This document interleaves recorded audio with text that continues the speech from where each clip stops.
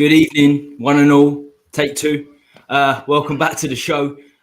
Got to say this at the start. Internet's a bit sketchy. I just found out it's the wiring around where we're living. So apologies if that does affect today's stream. Should be all right. Just maybe a little bit glitchy here and there. As always, Tuesday night, the Spurs N17 EFFECT. Now and again, I do solo shows. Now and again with guests. Tuesday night, always with guests. Our guests tonight, Danny, Jacob from the One Up Top, and Tiago, all regulars. You know their faces. Do you know what? It's a couple of anniversaries today. It's the big one. When I say big one, it's not exactly a milestone, but it's 141 years since Spurs were created. Michael Keaton's birthday. There's two other people's birthday. Batman, Beetlejuice. I can't remember who it is, but it's a big day. 5th of August just appears to be a big day. So I just want to mention, does anyone know why we were created? What sport helped us to be created, Spurs? Because we were another sport to begin with. Do you know? If it's English, it's bound to be something to do with rugby or cricket. Trivia here. Cricket. Yeah, it can be cricket, yeah. Yeah, we were just created to keep the cricket players during the winter months. So cheers, cricket, and it is a great sport as well. I love it. So before we get going tonight, please make sure you like, sub, hit the notification bell. Because as I said, the signal's a little bit sketchy. What we'll be doing tonight is I'll be using a fair few visuals, not just Muppet of the Week. There's a couple of visuals here and there, many tongue-in-cheek, but some serious ones too. I'm going to start with this. One. This is after the Burnley game. Can I ask you all a question? What actually stops us from winning the league? Genuinely, what stops us from winning it? Dan, over to you. We're Tottenham. What else do you want me to say? we don't win nothing, do we? No, winning the league and that's well ahead of itself, isn't it? That's way too far ahead of itself. Just because we've had a couple of games. Hold on. We beat Bournemouth and we beat Burnley. They're both not getting relegated. Definitely not relegation candidates. So we must be winning the league. But I'd love to see it.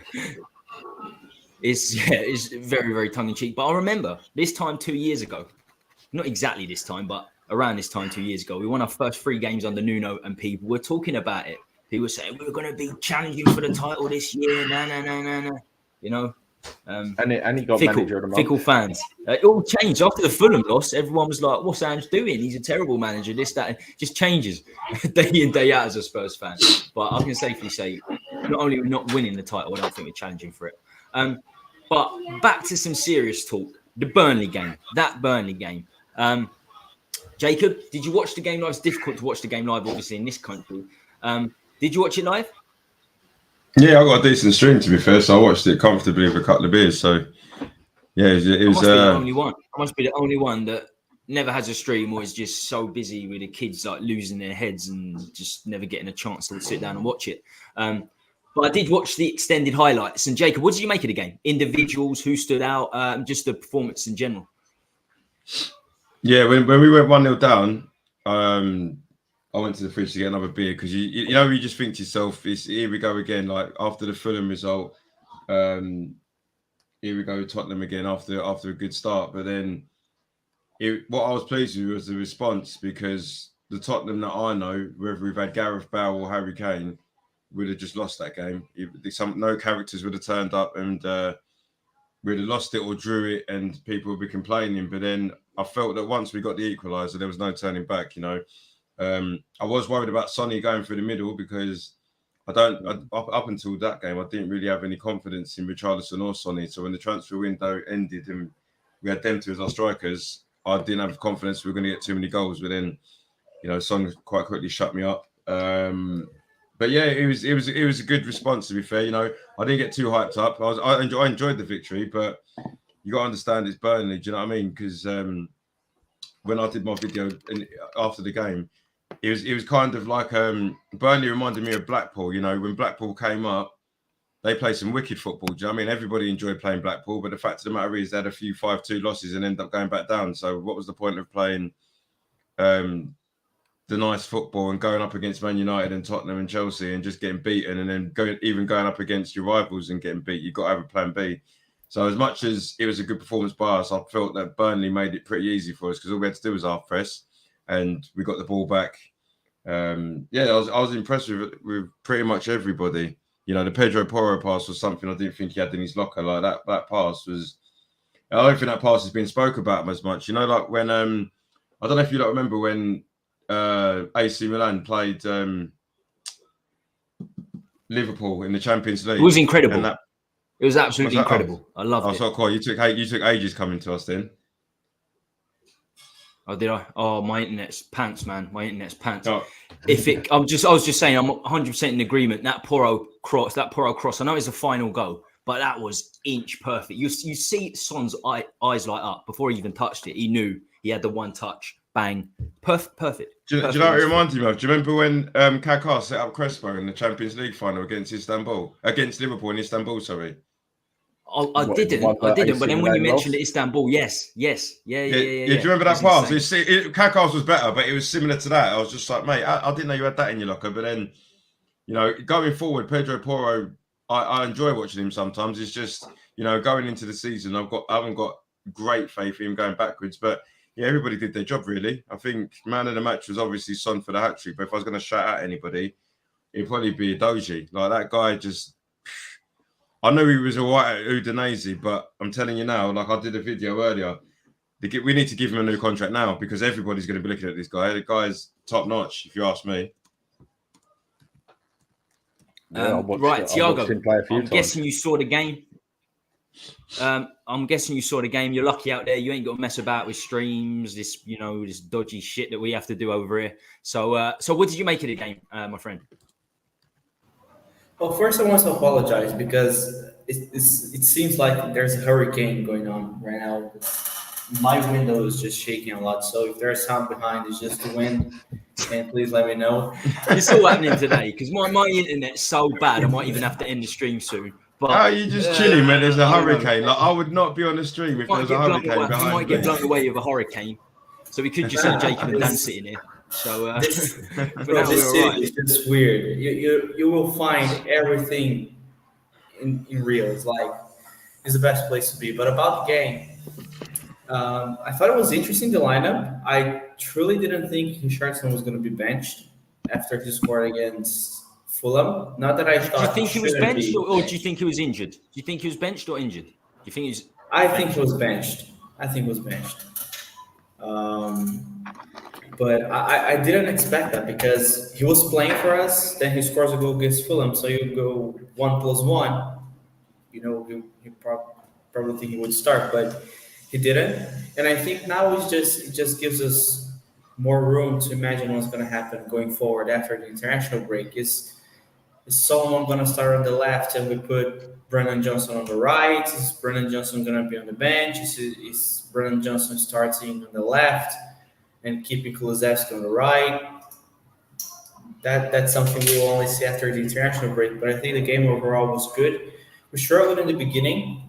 Burnley scored a goal quite quickly into the game.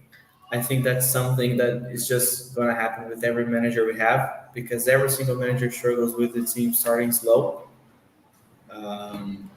But I just can't complain about the comeback. In the end, it was 5-2. Sonny was brilliant as 9. He's a man I want to see playing there going forward. Madsen, again, really good. Pedro Porro and Udogie have been playing really well. Romero, I think I never thought I'd see Romero score a goal like that, to be honest. But also, just to answer that question you made earlier, what stops us from winning the league? For me, 2 things. First, Man City. These guys are just freaks of nature. And second, I think, in my opinion, it's going to be an injury midfield.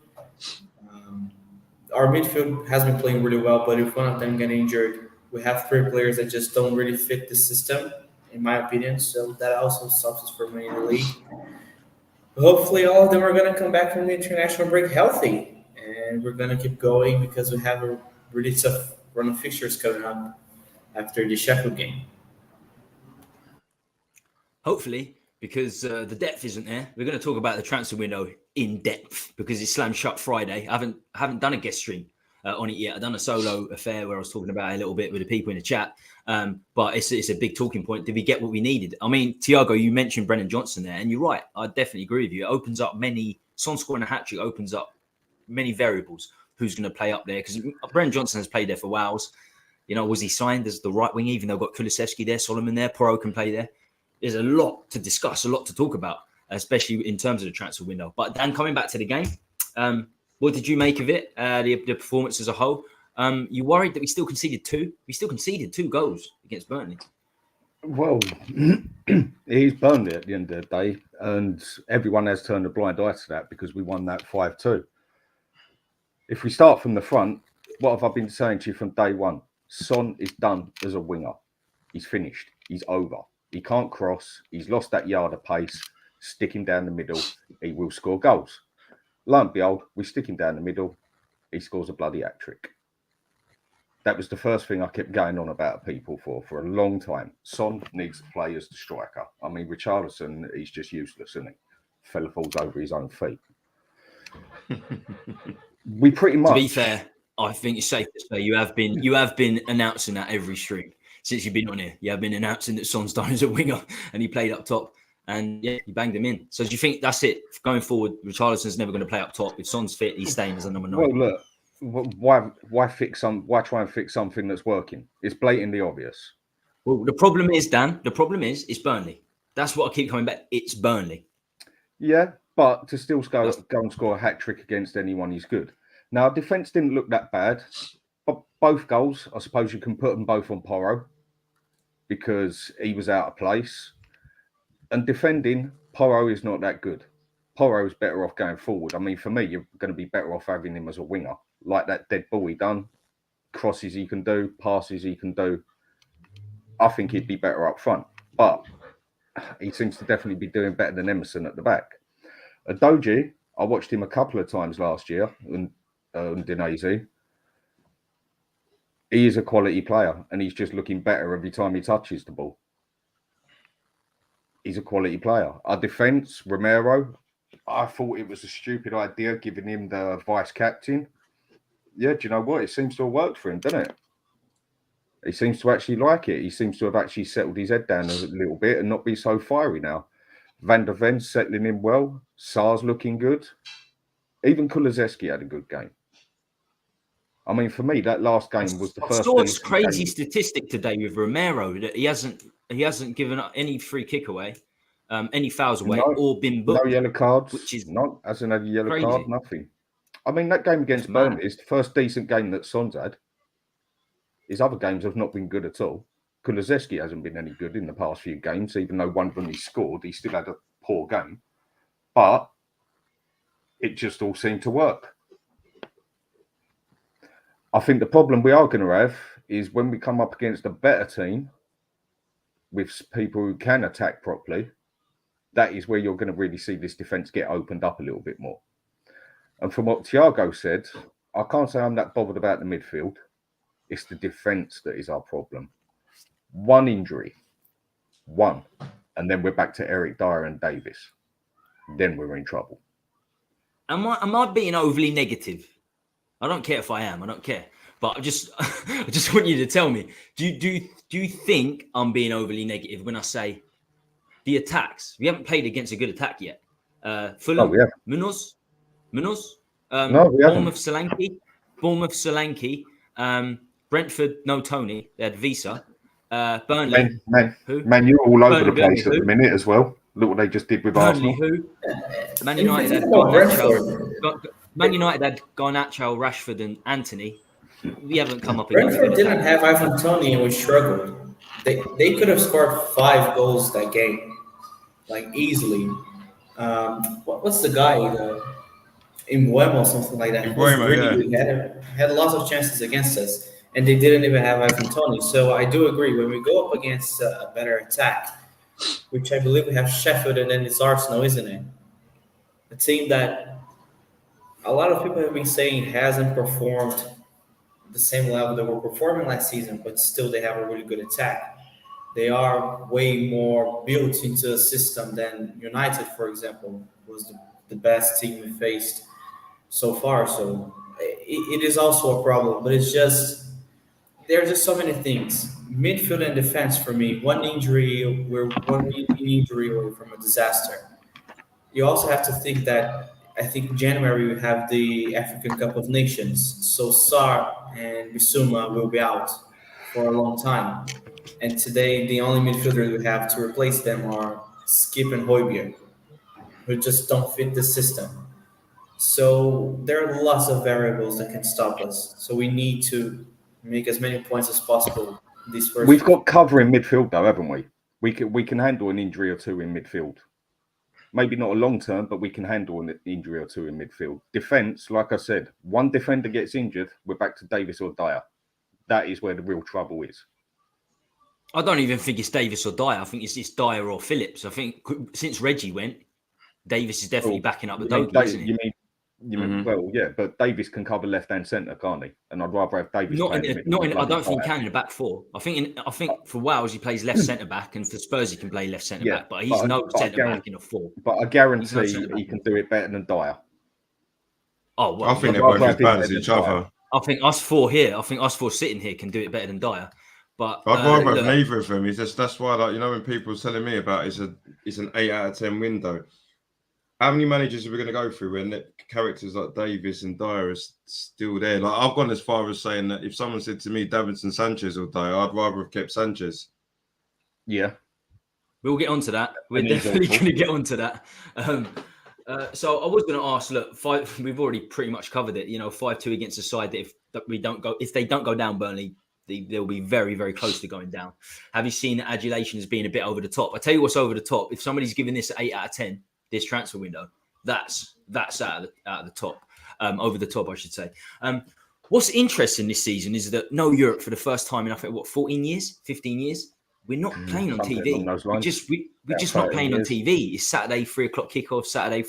I don't have an issue with that per se, but it's odd to get used to. It really is odd to get used to, which is why I'm watching a lot of extended highlights. I'm a bit disappointed we conceded 2 against Burnley. They conceded 1 in the first 2 games. I think they conceded 11 goals in 3 games. It's not a good side. It's not a good team. So it is, yeah. It's I try not to be what it is. I try not to be too reactionary.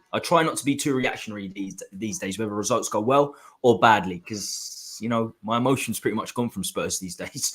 I try to look at the transfers emotionally, and if the transfers go well, then it will look after itself. The results will look after themselves over the entire season. And as you say, Dan, for me, Davis is back up to Udogie, so you're sitting there with Dyer and Phillips. Ashley Phillips is your backup. Ashley Phillips 7 games in the Championship. His professional career is 7 games. I don't think Dyer is going to get on that pitch again. If it came down to the crunch, he will stick Davis there, not Dyer. So what happens if Davis hasn't even made it to the subs bench?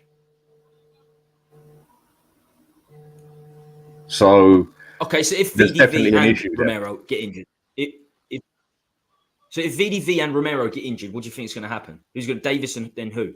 Well, he's going to put Davis and Phillips there. It's about the only option we got. I think he'll put Phillips there as well, because if you look at the bench at Burnley, Dyer went on the bench. Dyer hasn't even made the bench, I don't think. He hasn't been in the bench at all, has he? He hasn't been on the bench. He's been made clear as day. They want that man gone, but he don't want to go nowhere. Same as Lores. They've made it quite clear. We want you gone. And even offered to pay off half his contract, but he's still saying no. The only way we're going to get rid of either of them two is if we just pay their whole contract out. Otherwise, someone like, Dyer, I think he's got this problem called Dyer privilege. It's like he almost feels like he's entitled to be in that team where he's been there so long. And he's crap. He's been awful for how long? I think he had a good 6 months about 2.5 years ago. He was steady-ish for 6 months, and that's about the best he's played in 5 years. He's been terrible. The fella's got to go. That year, people were telling me he's had a world-class season. His first season under Conte. I think that's the season. They're telling me he's had a world-class season. No world-class. His first 6 months when Conte came in, he was good by his standards. He'd done all right. He'd done his job. That's no world class. There's no quality in it. He just done his job. Whereas usually he don't even do his bloody job, does he? He don't even do his bloody job usually. He's awful. Sorry, Jacob, I think he got his props just for the sheer fact that he was that bad for a long period of time that when he had a 7 out of 10 season, everyone's calling it world class. You know what I mean? And when he got the England call up, that was just like everybody's head's gone. All of a sudden, he's the next Rio Ferdinand. Don't. 10 years he's been here. For me, he had a fairly decent spell in defensive midfield back in the day, but that's when he had Ndombele next to him, he had Ericsson in front of him, he had Vertonghen and Vertonghen and Toby behind him. It was in an exceptional team. You're going to stand out. You're going to do well in that team, aren't you? That's the only ever time. If we had Dyer as a backup defensive midfield, I would be okay with it. I wouldn't want him about, but I'd be okay. Still as a centre back, we're going to go to him. I guarantee we're going to go to Dyer. Look. If Davis gets injured, let's say if Davis and the centre back gets injured, then or Dogie and the centre back gets injured, then what? Because Davis is the backup to Dogie now with Reggie. No, you can still go and stick Perisic there for a game. I know wing back ain't his prime position. He's much better as a left winger. I did tell everyone that from day as well. But he can cover that for a game or two and stick Davis in the middle. I don't think under any circumstances you are going to see Dyer get on that pitch again. Really, I hope you're right, brother. I think he's right as well, because it's like he's making it quite clear with like you alluded to with Lloris and Dyer. They're just, no matter what happens, they're not sitting on the bench. You're not really seeing them in training pictures or nothing like that. And I'm happy for it, because Lloris is the one who threw his toys out the pram and said, "Oh, I want to leave. I want to go to a better club." No one wants to come by. It doesn't mean you come back in the team, mate. Piss off. And it's the same with Dyer. You know, if you're going to get to the point where you're not picked as one of the captains and then you start unfollowing Tottenham, you can do one as well, because you're not even, neither of them are even good enough. So you can do one anyway. But the fact that you're throwing your toys out the pram, please do one. But it's like I said, he's got that thing. It's like he's got Dyer privilege or something. He honestly thinks he's entitled to be in that team. Did you hear his statement? Did you hear his statement at the start of the season? Everyone wanted him gone. He knows the fans wanted him gone. They finally woke up and smoked the coffee, even the ones that like Dyer. So the fans wanted him gone. His teammates wanted him gone. Ange wants him gone. But still he claimed, "I'm going to stay and fight for my spot." Nobody wants you here to fight for your spot. Nobody's wanted you here to fight for your spot for 5 years. So I agree. That privilege, I mean, how do you think like that? How can you possibly think like that? But finally, it seems like we've got a manager that's not going to listen to his bullshit and says, you know, hopefully you're right, Dan, right in the reserves. I don't know. I think we get 2 centre-backs injured. And I still think Dyer's getting in there. I really, really do. No, it is with Dyer. I think what it is imagine if you're Dyer and Lloris. Like, I've seen it traditionally when footballers make them kind of statements and they're like, "Oh, I want to fight for my place." In reality, it's because nobody's come in and bid for you. So you've got no choice but to hang about. So Tottenham don't want you, but then no one else in world football wants you. So what option does he have but to make a statement out and not look so stupid by saying, "Oh yeah, you know what, I'll fight for my spot," because realistically you're stuck. Tottenham don't want you, nor does anybody else. You know what? It's not even necessarily that. I mean, if Dyer wanted to, he could get a place at another club. He just ain't good enough for Premiership football, yeah? Same with Lloris now. But it all comes down to money, doesn't it? That's true, yeah. And people do grill the players for this and that, but looking at it from a prime side, from another side, yeah, you three got a job, you're doing a job, and then someone goes and offers you the same job for a third of the money. Are you going to go and take that? No. You go and do that, and you want to call you an idiot straight to your face. Like, what's the matter, mate? What are you smoking? Like, why did you do that? So that's what some people got to understand. This is a job to them, but we want them gone. And Lloris did have offers. It's just the one with Lazio, he was offered as second keeper. And even the one with Nice, I think he was offered to be second keeper as well.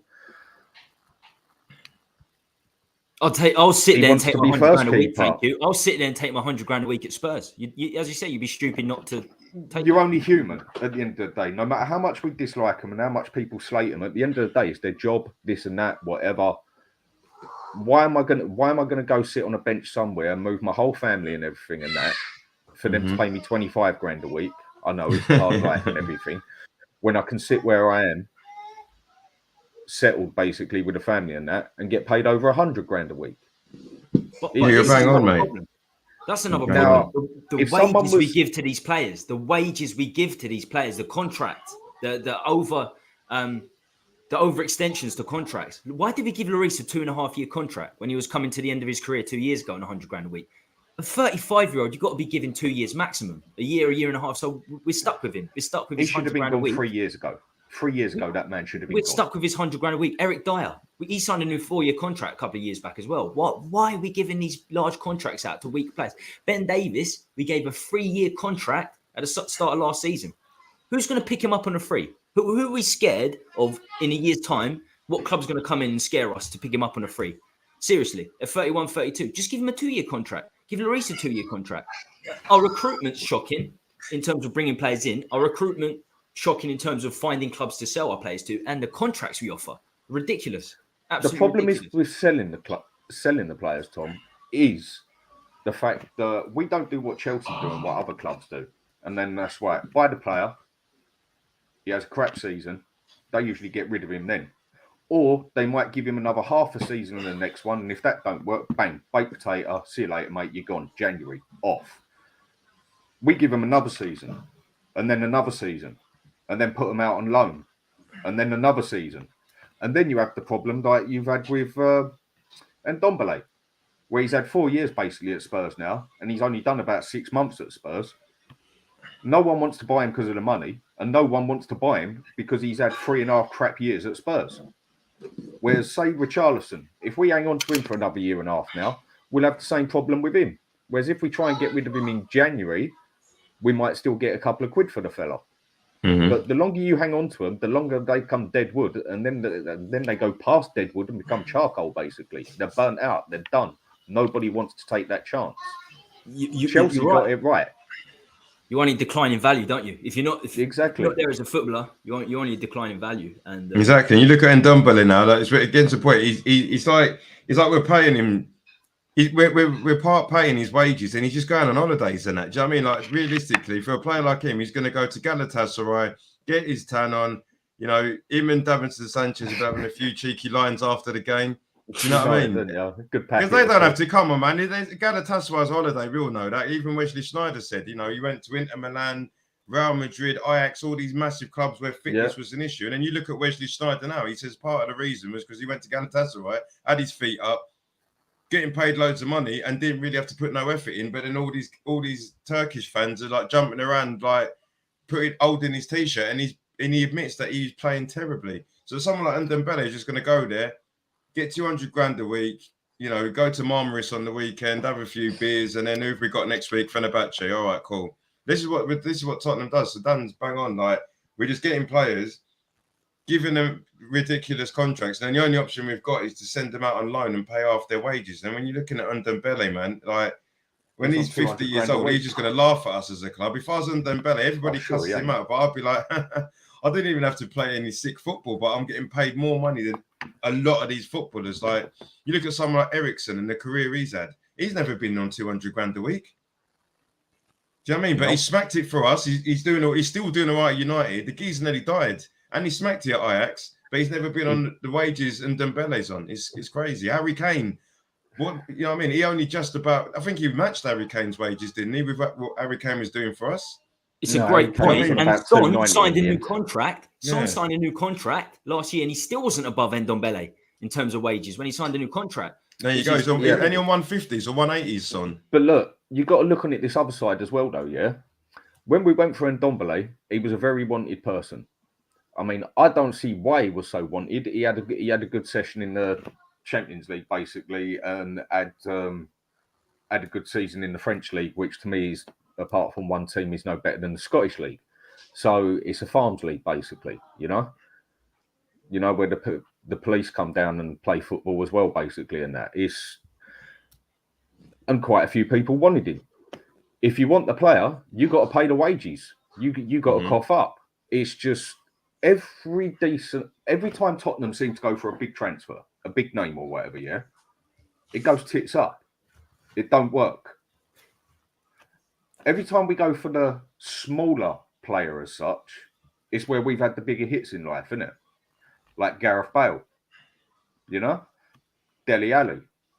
He was good until he lost his head. Whatever happened to the fella? I mean, I watched that show he done and everything and that. Either way, but he was banging until he lost his head, basically, wasn't he? It seems to be with the smaller players that we get, we have more luck with. It's when we go for the big player. Look at Richarlison. I don't even class him as a big player, but we just paid 60 mil for him, basically. And again, it's gone tits up again. Every time we seem to spend a bit of money on a player, it does not work.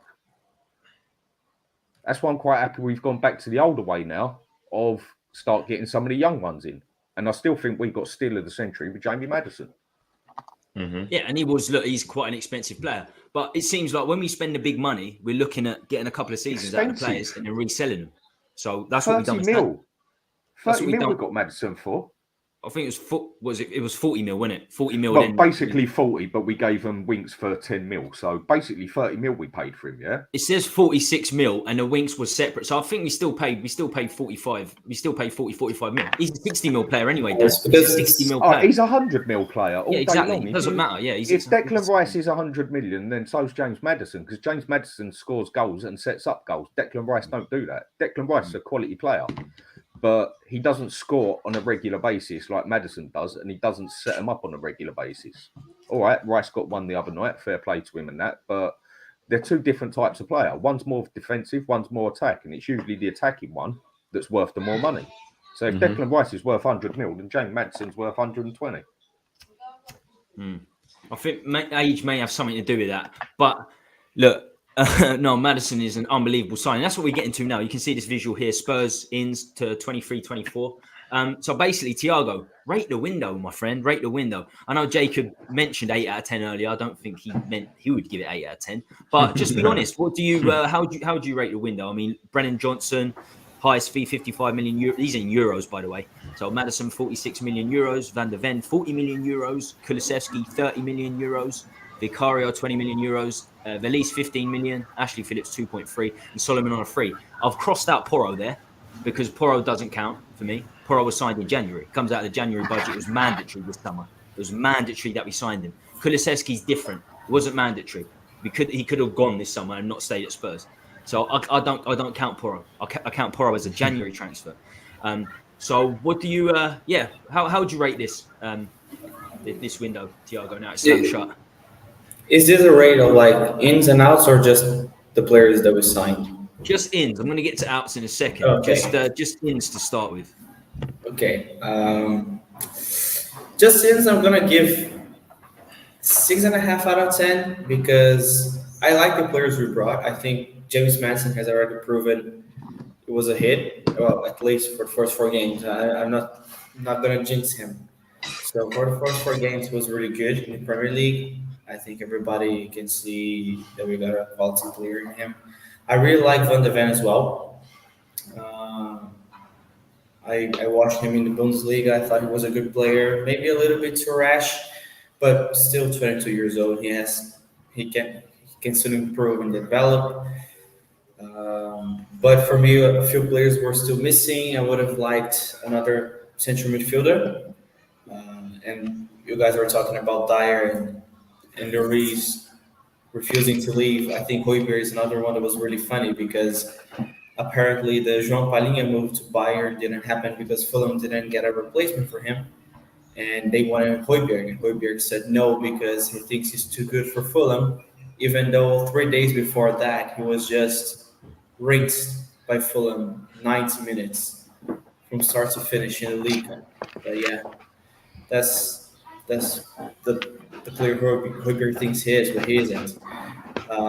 Center backs as well, at least another one, because as we were talking before, right now it's Phillips, the first option on the bench, and if we need someone else, it's still Eric Dyer. I would have liked another striker because Vellis is not going to play, even though I think he should. If the striker in Postecoglou's system doesn't really touch the ball that much, he's just there to put the ball in the back of the net. That's exactly what Vellis used to do for Rosario Central. He wouldn't drop back, he wouldn't drop to the wings and try to create plays like Harry Kane. He just stayed in the middle. He's really good in the air, by the way, so I would give him a chance over Richarlison if we have to play someone in attack that isn't Son. So in the end, I'm going to give a 6.5. I like the players we brought. but still needed a few more. At least another 3 signings, 2 center backs, 1 central midfielder for me, and yeah, maybe a left back because if Davis is going to be a center back, then who is Udoji's replacement if he needs to go? Yeah, that's Sessegnon my is point. injured, Reguilon is off. I mean, Perisic can't defend at left wing back. So, I mean, there's a chance he could play there, I suppose, if that was to happen, as Dan said. But if he can't defend at left wing back, I don't know how he's going to defend at left back. He's defending. Oh, no, wait. Sessegnon's still there. I always forget about Sessegnon. Because he's always crippled. That's why. Every show I do, chaps, every show I do, when I talk about transfers in, transfers out, I always forget about Sessegnon. He's That's one boy. mad. I forgot about Sessegnon again. But I'll do the same thing. He plays, he might as well play with a pair of bloody crutches, for God's sake.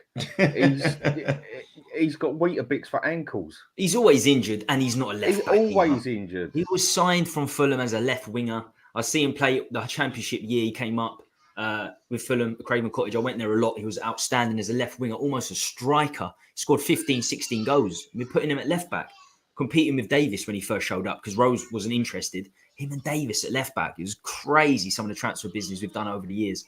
And well, I suppose off the top of my head, you still got Cess. So Cess can go there, I suppose. But maybe this is the problem with our scouting. Then we're saying that whenever we pay the problem, there's not just one problem, is there, Thiago? There's a whole host of problems. I know, but what I'm saying about scouting is like then we're saying when we spend big money, they usually don't work out. But for example, when we wanted an attacking midfielder after the Champions League final, we could have gone for Bruno Fernandes. Look how the guy played in the Premier League, but we went for Lo Celso.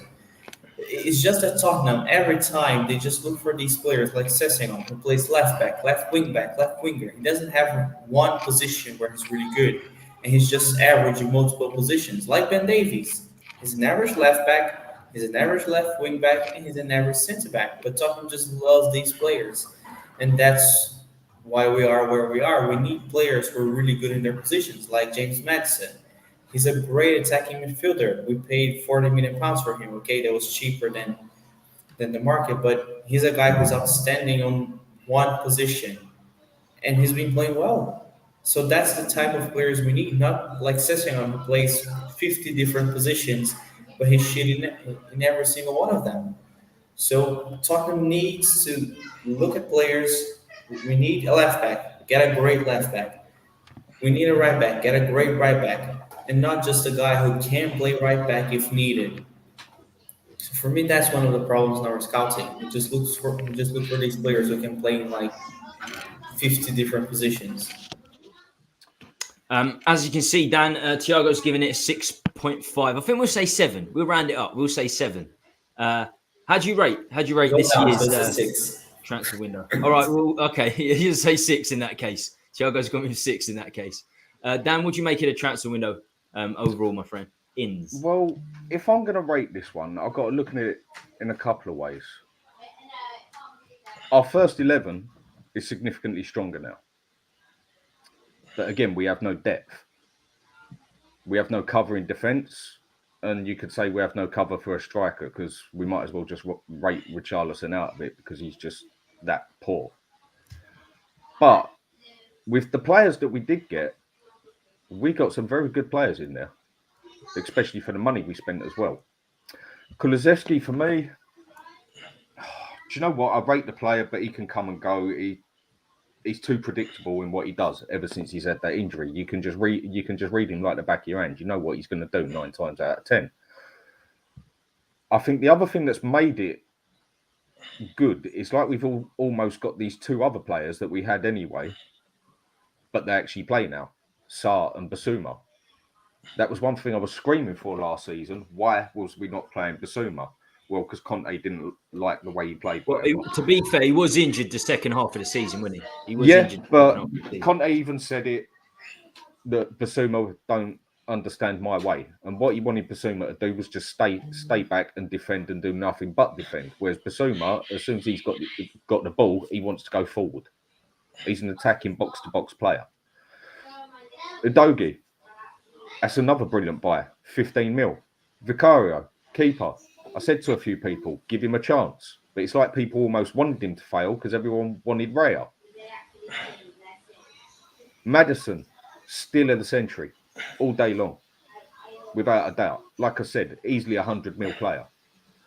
We got some good buys out of that. Van der Ven started well, and he looks like he's only going to get better. It wasn't a bad transfer window, but we definitely needed a centre-back, another one. Midfield, not a problem. Where Højbjerg hasn't gone nowhere, where Skip hasn't gone nowhere, and we've still got Benson Kur coming back, we've got cover. Not that I rate Skip, but we've got cover there. The one place we absolutely have no cover is centre-back. Why we went and got Johnson, I don't know, because we've already got 3 or 4 players that can play up the right and up the left. Why we went and got Johnson in, I just don't know. That should have gone on another thing, Dan. centre-back. I got told that we're selling Harry Kane, and when we sell Harry Kane, we're going to sign Van der Ven and Tapsoba. We got one in. We got one centre-back in. Surely we needed a second. As you say, of course we did. 100% we needed a second. Many people trying to convince Andrew even said it on this show. People trying to convince me that we're definitely going to sign 3. I told him. I shut him up. I was like, we ain't signing 3. We'll sign 2 maximum. So we sign 1 and a 17-year-old, 18-year-old. Andrew even said it live on TV when he got interviewed, when he got asked how the transfers went. He even made it clear as day he'd have liked another centre-back, but you can't have it all. And I think another thing we got to look at is it ain't all going to happen in one window. There's a lot of dead wood to get rid of. And we managed to get rid of some of that as well. But again, we've got no depth. So I'll give it a 6.5. I've got to go 6.5 on that one because it weren't no 7, but I think it could have been worse. So we've got 2 6.5s. We've got 2 6.5s. Whatever happens, it averages out at 6.5. So, Jacob, I guess you're not giving it an 8. You said earlier people were mad. You said people were mad for giving it an 8. So I guess you're not giving it an 8. Not an 8. How'd you rate the window, my friend? I was only saying that, mate, because I'm going to give it a 10. I was about to say you give it a 9. I was about to say you give it a 9. No, if I'm honest, I'll give it a 5 out of 10. Now, the reason why I say it is because when you look at them signings there, like Dan and Thiago alluded to, they are decent signings. But to me, if Tottenham, it depends what direction the club wants to go at. Because if Tottenham are trying to challenge and win for stuff, that isn't a window that tells me that we're trying to challenge for stuff. If I'm honest, that window says to me that we're not going back to, we're generally a selling club, because those are all I see in that, apart from James Maddison, is potential. You know, you've gone and got someone from River Plate that no one knows about for 15 million. Now, if he comes in and starts banging goals, Daniel Levy's like, right, all of a sudden we're still in for 50 mil. You know, Kulusevski's 30. If it gets to the point where he wants to move to a bigger club, you at least get your money back. Ashley Phillips, 2 million, 7 games. The only reason why you're signing him is because you hope that that's a steal. Van der Ven is someone for the future, and if he gets to the point where he smashes it, he's going to add on because he's only a youngster. And it's the same with Brennan Johnson. Everybody knew he's an up-and-coming talent from last season at Forest. So that window tells me that we're a selling club. Now, if Daniel Levy was to come out and say that we're a club that wants to, basically run itself, and we need to bring players in that, one, are going to do the job now and potentially be sold in the future to generate our own profits. If he came out and said it, then I'd probably give it a 7 out of 10. But I don't know what Tottenham are trying to do. And for me, we all know that Daniel Levy is about money. So Daniel Levy isn't going to go and buy somebody for 50, 60 mil and not think about how much I can get in return. That's the reason why he doesn't buy 29 and 30-year-olds. But at this, at the same time, with the appointment of Ange, it's very much like the Poch era. We had Paul Mitchell in, we got your Dele Allis, you got your Ericssons, you got your Vertongans, all these guys for 15, 20 mil. And realistically, the plan was to bring them players in, get top 4, and see if we can get those players sold on. You had your Wanyama's for 10 million and stuff like that.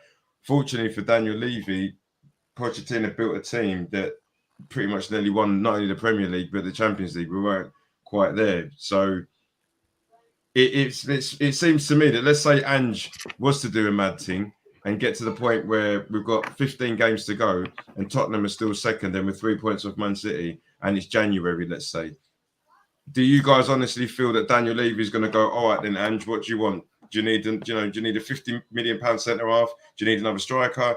Do you need a midfielder? Of course he's not. And when it comes to January, we're saying that we've got enough in midfield. It's like we're forgetting that we've got an African midfield. So when that goes, we've got Ollie Skip and Højbjerg. Now, if one of them's injured, Bentancur, we've got to hope that he comes back and he's fully recovered, because we all know with the injury type that he's got, he could come in, run around, and then people off.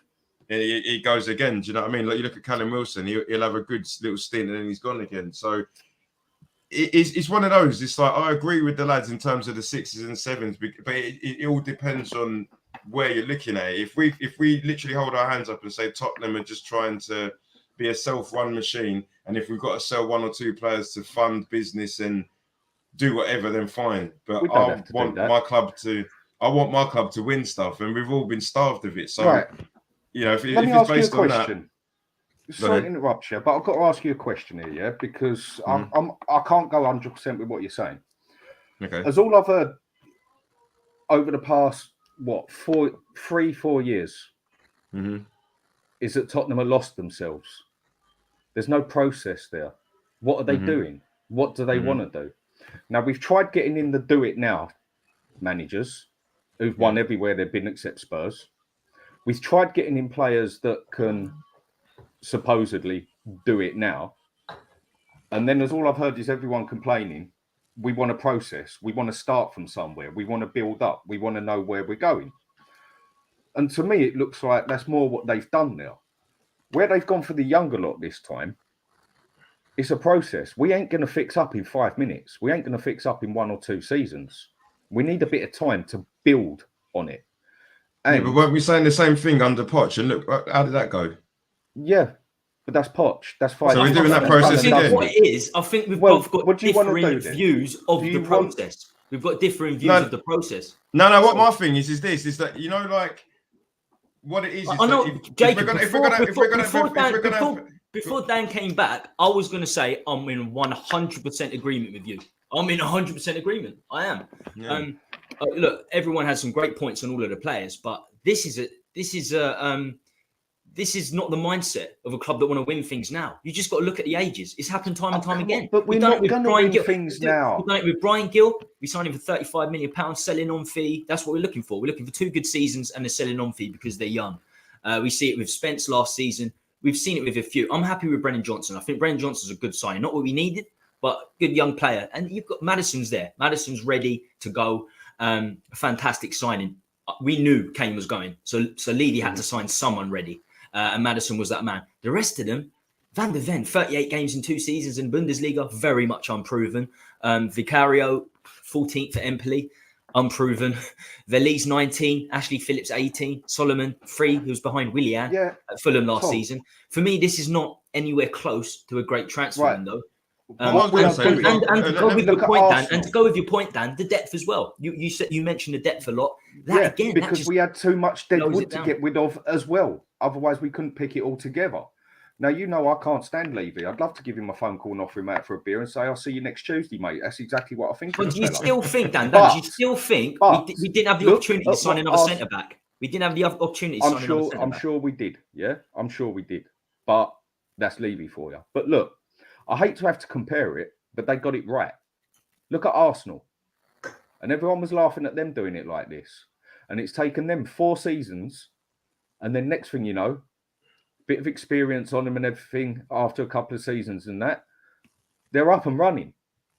We are not big enough or good enough to go and slam the money down, even though we've got the 3rd biggest income in sport. We know the owner ain't going to do it. Look at Chelsea. 800 million, and they still look all over the place. It ain't going to happen in 5 minutes. So do we want to process, or do we want to people to come in and get it done now? I think we just got to have patience on this one because we've tried that. But how long can we be patient, Dan? Because it's been 16 years. It's been 16 years since we last won a trophy. It's been 32 transfer windows. I hear this time and time again. Let's be patient. Look who we're up against now. Let's wait for 3 windows. But managers never get 3 windows. Look who we're up against. Man City are going to do you know what my thing is? It's not about splashing the money. What it is that no matter what it is, whether it's a football team, whether it's a business, whatever it is here, any establishment, it gets to the point where everybody sits down and they figure out what they want to do.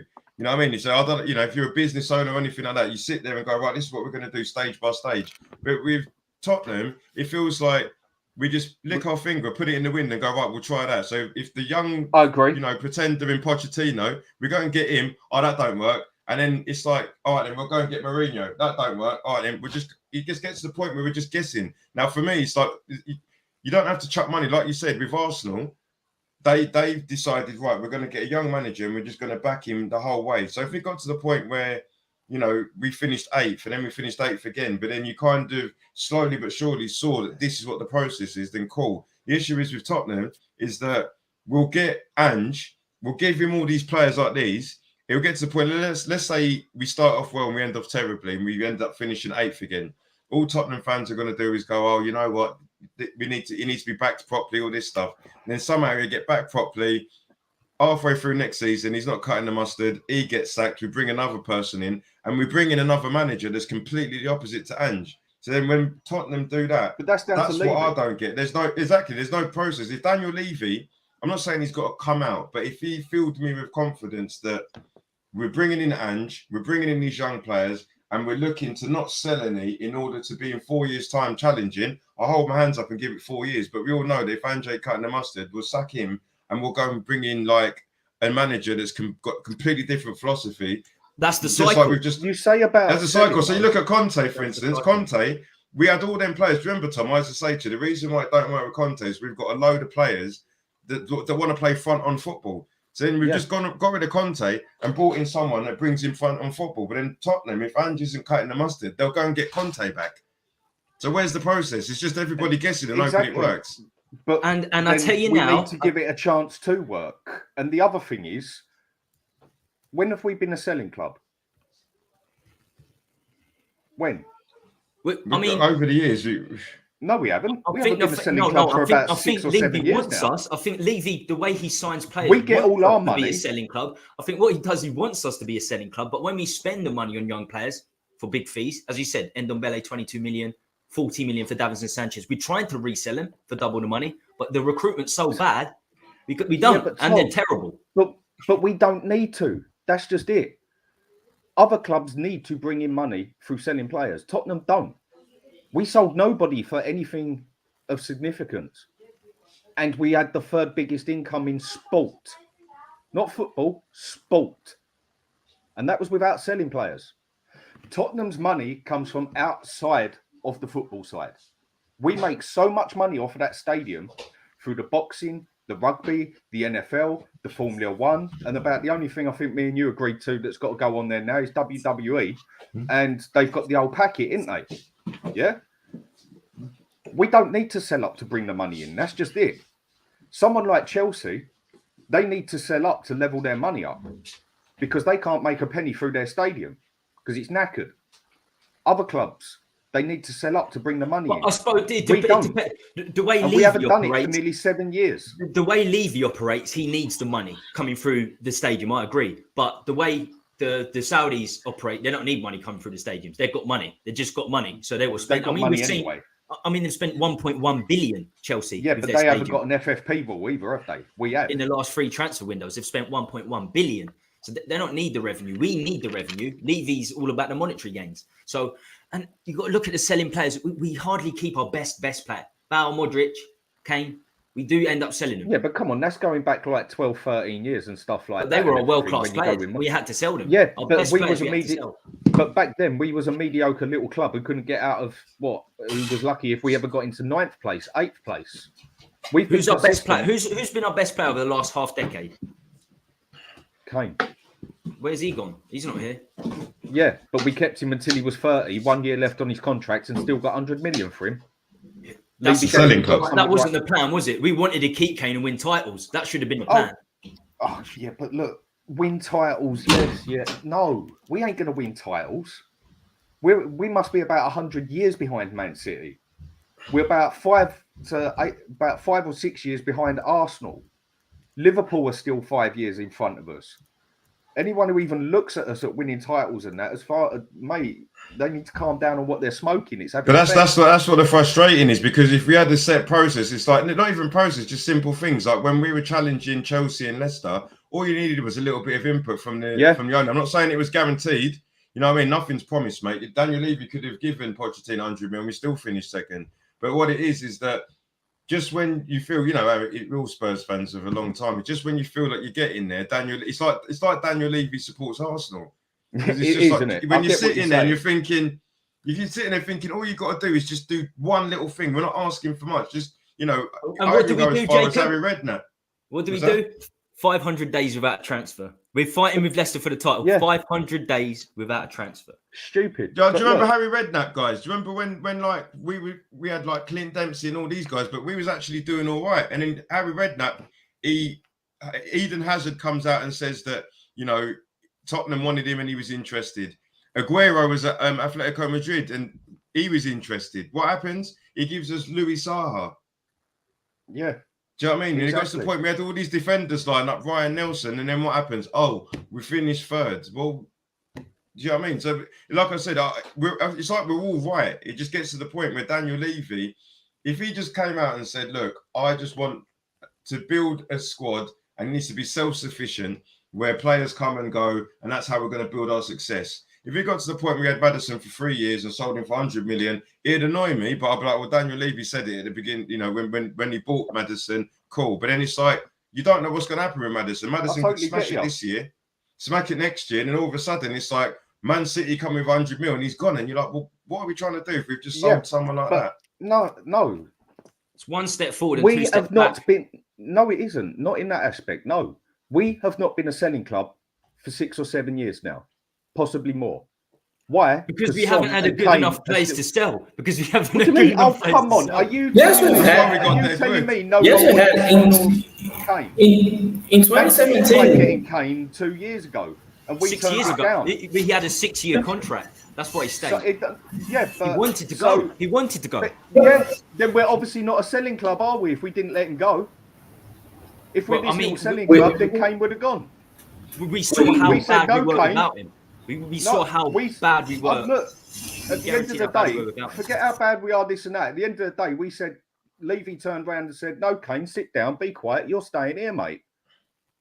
End of. Game over. Yeah, surely if we sell players, surely more players you sell. We're not a selling club then, are we? If we haven't sold Son and Kane, and people have come for them, and we've turned them down, and we've kept Kane till he's in his 30s, we obviously haven't been relying on selling that much, have we? Because we haven't exactly had anything decent to sell apart from that, have we? Well, that's and we've kept them two into their 30s. No, I think we've had. No, I'm going to say, I think we did. For example, Dele Alli, after the Champions League final was the perfect time to sell him. We could still have gotten like 50 million pounds for him, but Daniel Levy didn't want to let him go. He became worse and worse, and we had to give him out for free.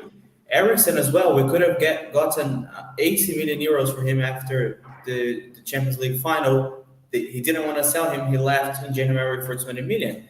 We've had good enough players to sell. The problem is that Daniel Levy is not a good businessman. He doesn't know when to sell players. For example, he keeps giving chances for Ndombele. No, you don't have to give him chances. And you also don't have to expect someone to pay 30 million euros for him. Nobody's going to pay that. He was lucky that Galatasaray wanted Sanchez for 15 million because nobody else wants. Daniel Levy doesn't know how to sell players. We're not a selling club if you don't know how to sell. We had good enough players to sell. We could have sold Winks for much more money than we did.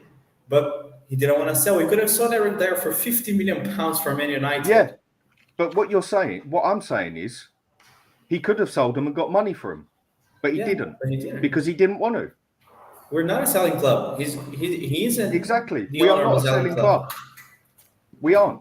We've hung on to players a lot longer than we should have, and we could have got more for them, but we hung on to a few of them because we was hoping to keep them, like Eriksen. We tried to the bone to keep him. He made it clear he wanted to go. He had 6 months left, and we still got nearly 18 million from Inter Milan. Not bad. What we just did with Kane, it was either keep him or he goes for free. And that's where it was split 50-50. Back in the day, we was selling club. Yes, we was. Exactly. But not Back for in the the day, we past didn't have 6, the 7 money. years. We didn't have the money we did now. So when we sold Bale, we took the money, we got the marvelous 7 in, we reinvested it. So I suppose these Got one good days, player. but these days still, if you sell a player, you should have a bit, or you should use a bit of it to sign other players. Surely you got to use some of it. The net spend should increase slightly, you'd imagine. Even if You would you expect so. say all our money is coming from match day revenue, you sell Harry Kane, you should have at least 20-30 million pounds. Surely you have to. I think we did. I think we wouldn't have signed Brendan Johnson if we didn't sell Kane. I don't think we would have signed Brendan Johnson. It's as simple as that. So we did reinvest the 50 million pounds. Whether it's good or not, we don't know. At the end of the day, you just have to put together what everyone said, because I think Jacob was perfect when he says that Daniel Levy just needs to have a clear process in his head, because I don't think there's right or wrong in football. You can do what Arsenal have done, but you can also get Antonio Conte and do the Conte project.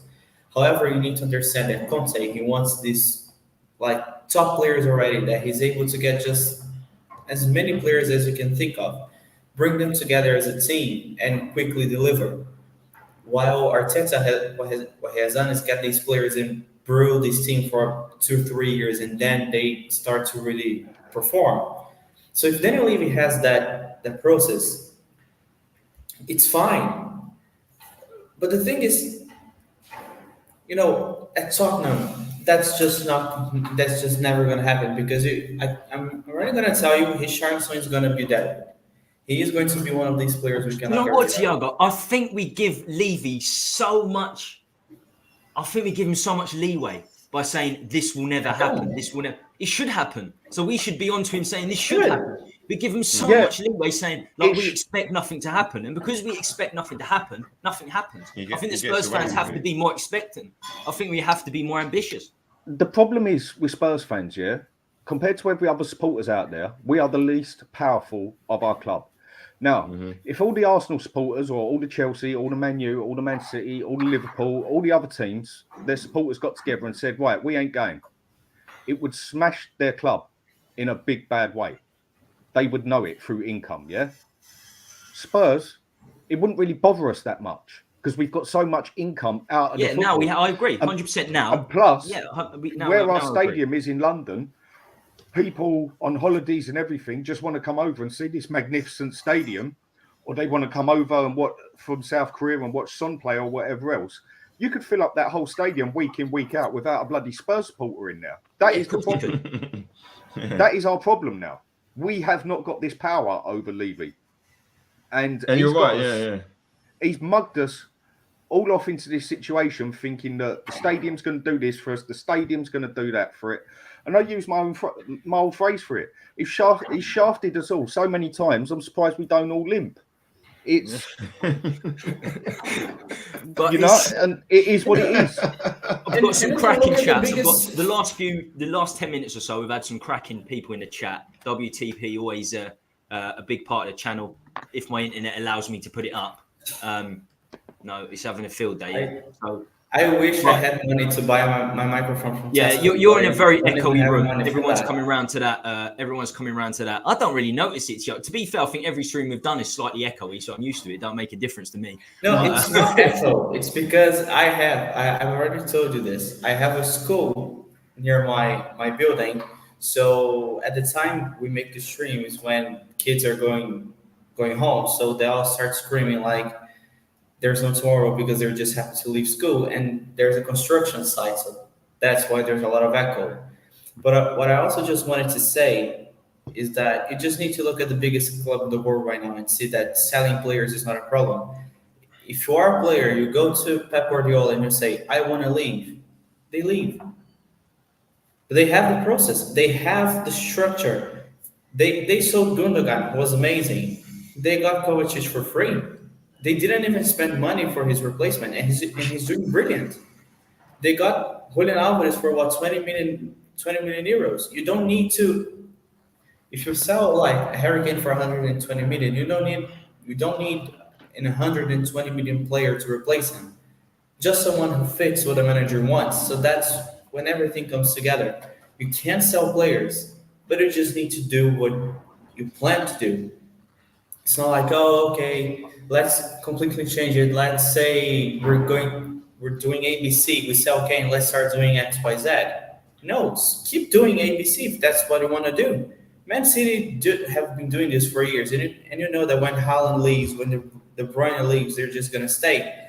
David Silva left, Company left, Fernandinho left. All these guys have already retired, and they're still winning. The cycle is fantastic, absolutely brilliant there. They like Alex Ferguson back in the day. It's not just because of the club; it's because of the manager. That's why Guardiola. They're big enough to do it as well. Top dog. We're not.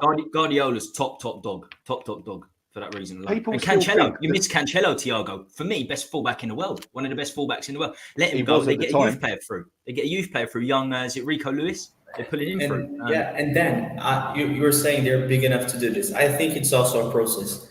A few years ago, they weren't big enough to do this. So how did they do it? With money. They spent the money. Now they're big enough to just go to Kovacic at Chelsea and just learn him But without spending money. That's basically what I They was sell going the to say. youth players as well. But we ain't big enough. Everyone seems to think Spurs are this big, like, top 10 team in the world. Yeah, we are. In money. In history. No, we're not. We're barely better than a bang average club with history. But we could have been, couldn't we, Dan? If Levy operated better, it's all ifs, coulds, and maybes. When we did go out and spend 70, 80 million on 7 players and that, name me 2 of those players that were good. But that's got to be bad recruitment then. That comes from Levy again. That's bad recruitment. Yes. Surely. But what I'm saying is, we can't just go out there and say, right, we want you, you, and you. 1, we don't pay the money for it. And 2, we haven't got much to attract them anymore. That's no, I 100% agree with that. But the Take reason us back we haven't 4 got, years, we the had reason we something can't to attract them. The reason we can't attract them is because our recruitment over so many years has been so bad. We're not winning things. We were fighting for the title. Then we finished 6th, 7th, got back into it with Conte, finished 4th, and now we finished 8th. So this season alone, the transfer window, in terms of what we could have had, the transfer window is probably an 8 out of 10 in terms of who we can attract, because you finished 8th, you've got no Europe. But in terms of just the season overall, and if you want to get back into Europe, for me, it's a 5 out of 10 window. That's not nobody's going to care about that. The other teams around us are not going to be worried about Vicario and some of the other players. They might turn out to be good players, but they're not looking at that fearful. They're not worried about that. And they shouldn't be. Saliba and said, "Who's he? Oh, that's just that young one that they put on loan and whatever. Who's he going to be? Why are they playing him straight away?" And he turns out he's one of the best in the Premiership. Yeah, I mean, we'll see. Time will tell. It's still very, very early days, but I can't pretend I'm happy. I can't pretend I'm happy with the transfer window because I'm just not. And Arsenal, do you know what Arsenal done? Arsenal had great youth players coming through. They had a system of getting their youth players through, and if they didn't get them, they sell them. Like Iwobi, 30 million, Balogun, 40 million pounds. Look at Man City. They sold Palmer. Palmer's never played for them. They sold Palmer for 45 million pounds to Chelsea. They sold him for 45 million because he scored a goal in the Community Shield. And Chelsea are selling all their young players. Chelsea sold Mount for 60 million pounds, 60 million pounds. So they've got a process of selling their younger players that don't make it. The ones that do make it, they bring into the team. And then this is the difference. They bring Zinchenko and Gabriel Jesus into the team. They bring players that have won titles. Yeah. Vanderson's a fantastic signing, but he's never won anything. He came from a relegated Zinchenko is a bad example. He was given away by Man City because he just ain't good. The rest, he's not good. Well, Zinchenko was if you ask Man City fans, they said he's a 7 out of 10 every year. He's a 7 out of 10 every game, Man City fan. Not a great player, but 7 out of 10. And Arsenal will tell you the same thing, but it comes with the mentality. They've won things. Gabriel Jesus is one thing. Spurs have not signed a player from a top 4 club since 2011, Adebayor. We have not signed a single player from a top 4 club. That's the issue. Because we won't pay up. We won't pay the money. Issue. I know. Daniel Levy. Pay that Daniel money. Levy's the big. It is all down to him. The reason to Levy, because the thing is though, if it's money, you look at, if we're saying that Spurs aren't a big club, I remember growing up whenever we played Man City, I was like sorted. I can't wait because I knew we were going to batter them.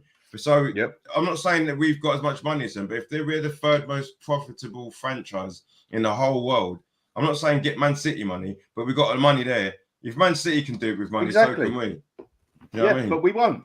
We won't. And Levy won't. No, that's what I'm saying. So we won't. Yeah, I agree with you. We won't. That's the most frustrating thing. We've got the stadium. We're in London. Look, like training facilities. You don't have to. You don't have to go.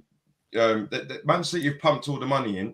But now they've been able to get youth players in, and they've just got a fine balance of everything. They've got youth coming in, they're selling players, they're bringing in players, they're balancing the books. Tottenham can do that. You get to the point where if you're going to sell Harry Kane, you can go and get a Brendan Johnson and all these guys, and then just make it revolve. But the problem is, there's no process. The only process that works at Tottenham is Daniel Levy getting rich. Exactly that. Yeah, I agree. Exactly I that. think we're all in Because we are agreement. run as a I think we're all in business. agreement, but we're coming from it at slightly different angles. But But the thing is, we're all right. This is the mad thing. If I had a notepad and written down what everybody said, nobody's wrong. But then Daniel Levy's that literally understood the fact that if you go to a club and divide, you conquer. So while we're all squabbling and we've all got different opinions, and then we're not united and saying, "Come on, Levy, this is what we want." Because realistically, if you got 100 Spurs fans in the room, you'd probably have 100 different opinions. So while we're all squabbling with each other on podcasts and at the stadium, Daniel Levy is just taking the money away. This is exactly what I said to Tommy and Thiago before. He's a smart man, Levy. He's done the oldest army trick in the book. He has done what we did, i.e. English Saxons did to the bloody Vikings. Mm-hmm. When they was all coming at us in one go, we couldn't deal with them. So what did we do? We bought half of them off, set up the other lot, and then next thing you know, we had them 3 separate little armies. We dealt with it. When it's one big army, you can't deal with it. But when it's split up, you just smash the nail on the head. That's exactly how I've described it to these two before. And it's like the same with Africa. Here. We don't just do Spurs talk here. We give you history lessons. Now, we're unique. We are unique. And we're an hour and 15 minutes in. Please make sure you smash a like. I know how diluted the Spurs community, when it comes to YouTubers, I know how many people are YouTubing. So I'll thank you ever so much for your presence in the stream. I think we're on 24 likes. If you can get to 30, it'd be absolutely marvelous. I always try and keep, I don't try and make these streams over 2 hours. So we've got about 45 minutes left maximum on the stream today. Still a fair amount to talk about. But yeah, please smash that like. It's completely free too, and subscribe. So we've had your transfers in. We've rated the transfers in. I'll give it a 5. I'm not going to go into detail. Everyone summed up pretty much what I had to say one way or another. But yeah, transfers out. And this is, it's not a lot. When you look at the actual money, it's free. Free players. 2 outside Harry Kane we've actually received money for. So Harry Winks and Davison Sanchez yesterday. And 1 loan fee amount spent, £1 million. Yeah, and we got a loan fee for Ndombele as well. I think they give us something like 1.5 or something. We're very lucky to get that, but that's going to be like probably the final segment of today. But we're still paying half his bloody wages. Exactly. So that's another 1.5. Galatasaray can't afford 200 fucking grand a week. No chance. And Nice, if they got Lloris, they can't afford 100 grand a week. We're paying these wages. So it's insanity. It's absolutely insane, but it's where we are. So transfers out. What do you make of it this summer? Of course, we can talk about the loan transfers as well. But I'm just putting this forward. Like we've only received we've only sold 3 actual players. The rest are coming back. Well, I'm glad that Kane's gone. I'm happy he's gone. Now, before we sold him, if you remember, I was on the show here with you, and I've been on quite a few others having a debate with people and that. I think Spurs played better as a team without Harry Kane. Now, all right, we got the man. If we could have kept him, fine, whatever and that. But whenever we didn't have him, we played better as a team. Why? Because the team had to play as a team and not just get the ball and look up for where's Harry and he'll do the job. And that's what we've been doing since he's gone. You wouldn't really know he's missing, would you? Because we're playing better without him. And I was just so sick to death of hearing about Harry Kane every bloody window. You know what? Let him go. Get the 100 million for him. Yeah, they should have spent it better because they should have got another centre-back out of it as well. But we can at least start building something new now, if that's what we're going to do. Build, process, whatever you want to bloody call it. If we would have just hung on to Harry Kane, it would have just gone on all season, non-stop, as all you'd have heard of. Harry Kane, where's he going to go? What's he going to do? Oh, now it's January, 6 months. He can sign a contract with anybody outside England. What's happening? The club would have been in more array than it is now. Getting rid of Harry Kane was a smart move. He was going to go sooner or later. So start it now. Getting rid of Winks, he needed to go. Sanchez, yep. How we got 15 million euros for him, I will never know. Spence, I think I'll see him play once for Spurs. And I'm just glad that prick Ndombele's gone. We'll talk about We ain't gone forever. It wasn't clickbait for the stream today. It was the main talking point. Sanchez and Ndombele gone. What do we think? So we'll talk about that next. But yeah, Thiago, how do you? Dan, what did you give it? Did you give it a rating? Give it a rating, my man. What what we've sold? Yeah. If you had to, your life depended on it. Out of 10. I'll give it a 5 because there's one side of it that I'm happy Harry Kane's gone. Obviously, I'd rather he stayed or whatever, and it's a bit of a catch-22. But we've managed to get rid of a little bit of Deadwood, but there's a lot more to go. So I've got to give that a 4 or a 5. Right, Thiago. Adding to what Dan said, this Kane talk, it is sort of good to not have the circus around Harry Kane. But my personal opinion is I'd rather have a circus about him and 30 goals a season. Did you see, Thiago, did you see Kane playing well in this system? Do you think it could have worked with, Maddison and Kane? Could it have been even better if Kane stayed this season? And, what have you made of the transfers out overall this summer? I think Kane and Maddison would have worked well together. Two quality players, so who know each other from the national team. So it's not like they've never played together. I think would have worked out, but I agree with Dan. It's better that Kane is gone because, it was the best option we had. We sold him for 100 million euros. He went to Germany. He didn't go to a rival.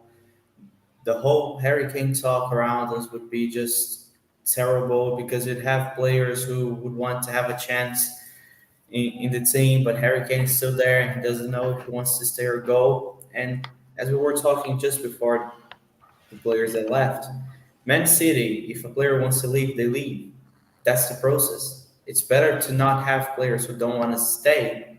It's better to have players who want to be here than players who just want to go. I know that Harry Kane would give 100% of himself to the club still, but he would be thinking, a year left in my contract. What if I get a big injury? No big clubs will come for me. Should I just stay healthier to prevent losing a big opportunity, let's say to Man United or Real Madrid or something? So I think selling Harry Kane was the right option as well. In terms of players who still needed to go, we had quite a few. Unfortunately, Reguilon is going to come back. Ndombele is going to come back. We didn't sell Sassenon. We didn't sell Dyer. Tanganga could go, so let's hope that Augsburg does well in the Bundesliga.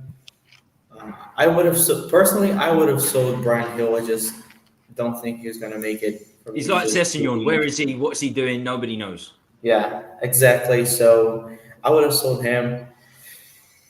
In the end, I'm going to give it a 3 out of 10 for sales because, as you said, the only sales we had were Kane, Winks, and Sanchez. All the other players are still going to come back. Joe Rodon as well. I even forgot we had that guy. Yeah. I have to say, Winks looks insane at Leicester. We did He's on his level, didn't he? We did try selling players, but they refused to go. If they refuse to go, we can't make them go. We did try and get rid of Dyer and also Loris, but they refused to go. And you gave him a year left. They should have signed lesser contracts. They would be gone because their contracts would have run out. Yeah, either way, but it is what it is. We did try to actually get rid of a few more. They just refused to go. And you can't, I'm sorry, I hate Levy, but you can't blame him for that one. Because if the players refuse to go, they're under contract. Same as if we say you ain't going nowhere because you're under contract. It works both ways. We did try and get rid of more. I do understand that a few players like Session and Hill were tough to get rid of because they were they were injured. But for example, Dyer and Lloris, I truly couldn't care less if they got their contracts ripped up. Honestly, we did that with Auri a few seasons ago to get Emerson Royale. We did that to Doherty as well. Yep. We could have ripped up their contracts. There are only 2 players. Do that earlier. Get the players you want in. It's only 1 year. Would be like £2 million. Not that much money. Just be ruthless. Just get them out. I mean, I understand what you're saying. I definitely would have done it with Dyer. Yeah. The only way I'm keeping Lloris is if you The only way I'm keeping What's the- Lloris is if you sell Forster, because Forster was linked with Celtic and Rangers at one point when it looked like Lloris was going to stay. So the only way I'm keeping Lloris is if Forster goes. But I wanted Lloris gone. I think his time's done, and Dyer's time's certainly done. So yeah, I'd rip up both their contracts, quite frankly. Certainly Dyer. When would you have ripped him up though? The minute that they refuse to go to another club. No, you see, I wouldn't. I'd have held on to him till now, till the last day to try it and get something out of them. No, that's what I'm saying. That's what I'm I'd saying. have ripped Right it now, up the next day. That's what I'm saying. Yeah, but they were doing that. They were doing that 2 weeks ago. Lores has had about 3 different issues come through, and he's turned them down. Sanchez turned a load down, and Dyer, he's just had no one look at him because he's just Dire Straits, isn't he? But what I'm saying is, you hold on to it till the end to see if you can get a bloody pound out of them, let alone a bloody million. And if it don't work, I agree with you, mate. Cut them off. And I respect it. I respect Levy to a certain degree if he does cancel their contracts now. I think he'd done the right thing back in the day with probably Aurier and Doherty, and even Dele Alli to a certain extent because he let him go for free, which many didn't think would happen. I thought that would be the start of something, but it never really happened. We still asked for a lot of money from average players. I mean, we asked for 40 million from Højbjerg. I don't think we should have sold Højbjerg, as I said, this season, but you're not getting 40 million pounds for Højbjerg. It's just no chance. But for me, in the future, we do need to be getting rid of him. He's nowhere near good enough, and it doesn't work. Do you think he's that bad? I don't think he's terrible. I don't think he works in this system. I think he's good enough for the squad. Oh, definitely. I think he is. If I'm honest with Højbjerg, when he's come, every game that we've played this season, with Papa Sarr, I love the young kid, but it gets to the point where you can see that he's still young and raw. He's so when knackered, when Højbjerg comes on 60th minute, it's like I'll feel a little bit of relief if I'm honest. I'm thinking an old head, somebody that comes in wants to prove himself, and every time he's come on, he come on against United, shored it up. He come on against Bournemouth, shored it up when they were coming at us, and he didn't really need to come on against Burnley, but he did all right then as well. Yeah, I feel he got a lot more stick than he deserved for last season. I don't care who you go and put Messi there, playing next to Skip. That's going to pull anyone down. That's going to make anyone look worse than what they are, because I think Skip is that bloody bad. And when you've got Højbjerg and Skip next to each other, you couldn't really ask for a worse pair there, can you? Because there's just no attacking it whatsoever in that. I think Højbjerg is more than good enough for the club, and he's definitely good for the subs bench. That's something I said on Twitter, I think was the game against Fulham. I tweeted that Skip is just a Harry Winks with even less quality on the ball. For me, he's terrible, and he's only there because he's from the academy. He's English. He's going to be just another Harry Winks. When he scored the goal against Chelsea, I was unlucky because I said that he was playing terribly. And literally 30 seconds later, he scores a goal, and everybody starts replying to me, oh, what are you going to say now? One lucky goal against Chelsea. That's all he's done in his first career. In the last 3 years, he's been in the first team. If Højbjerg doesn't fit the system, so doesn't Oliver Skip. I don't think Højbjerg is that bad. I just think people maybe expected him to have a little bit more flair on him. I don't think he's that bad, but I think they're different players. I'll be honest with you. I think Winks and Højbjerg and Skip and Højbjerg are different players. I think they dictate tempo centre mids. Winks and Skip, they need possession. They need to be on the ball all the time. They need possession. I don't think they're ball winners. No, Skip doesn't need to be on the ball all the time. He doesn't have passing and balance. They're recyclers of the ball. I think Højbjerg's a ball winner. I think he'll get in there, get up in amongst it, and he'll win the ball. And that's why I think Højbjerg's certainly got a place in the squad.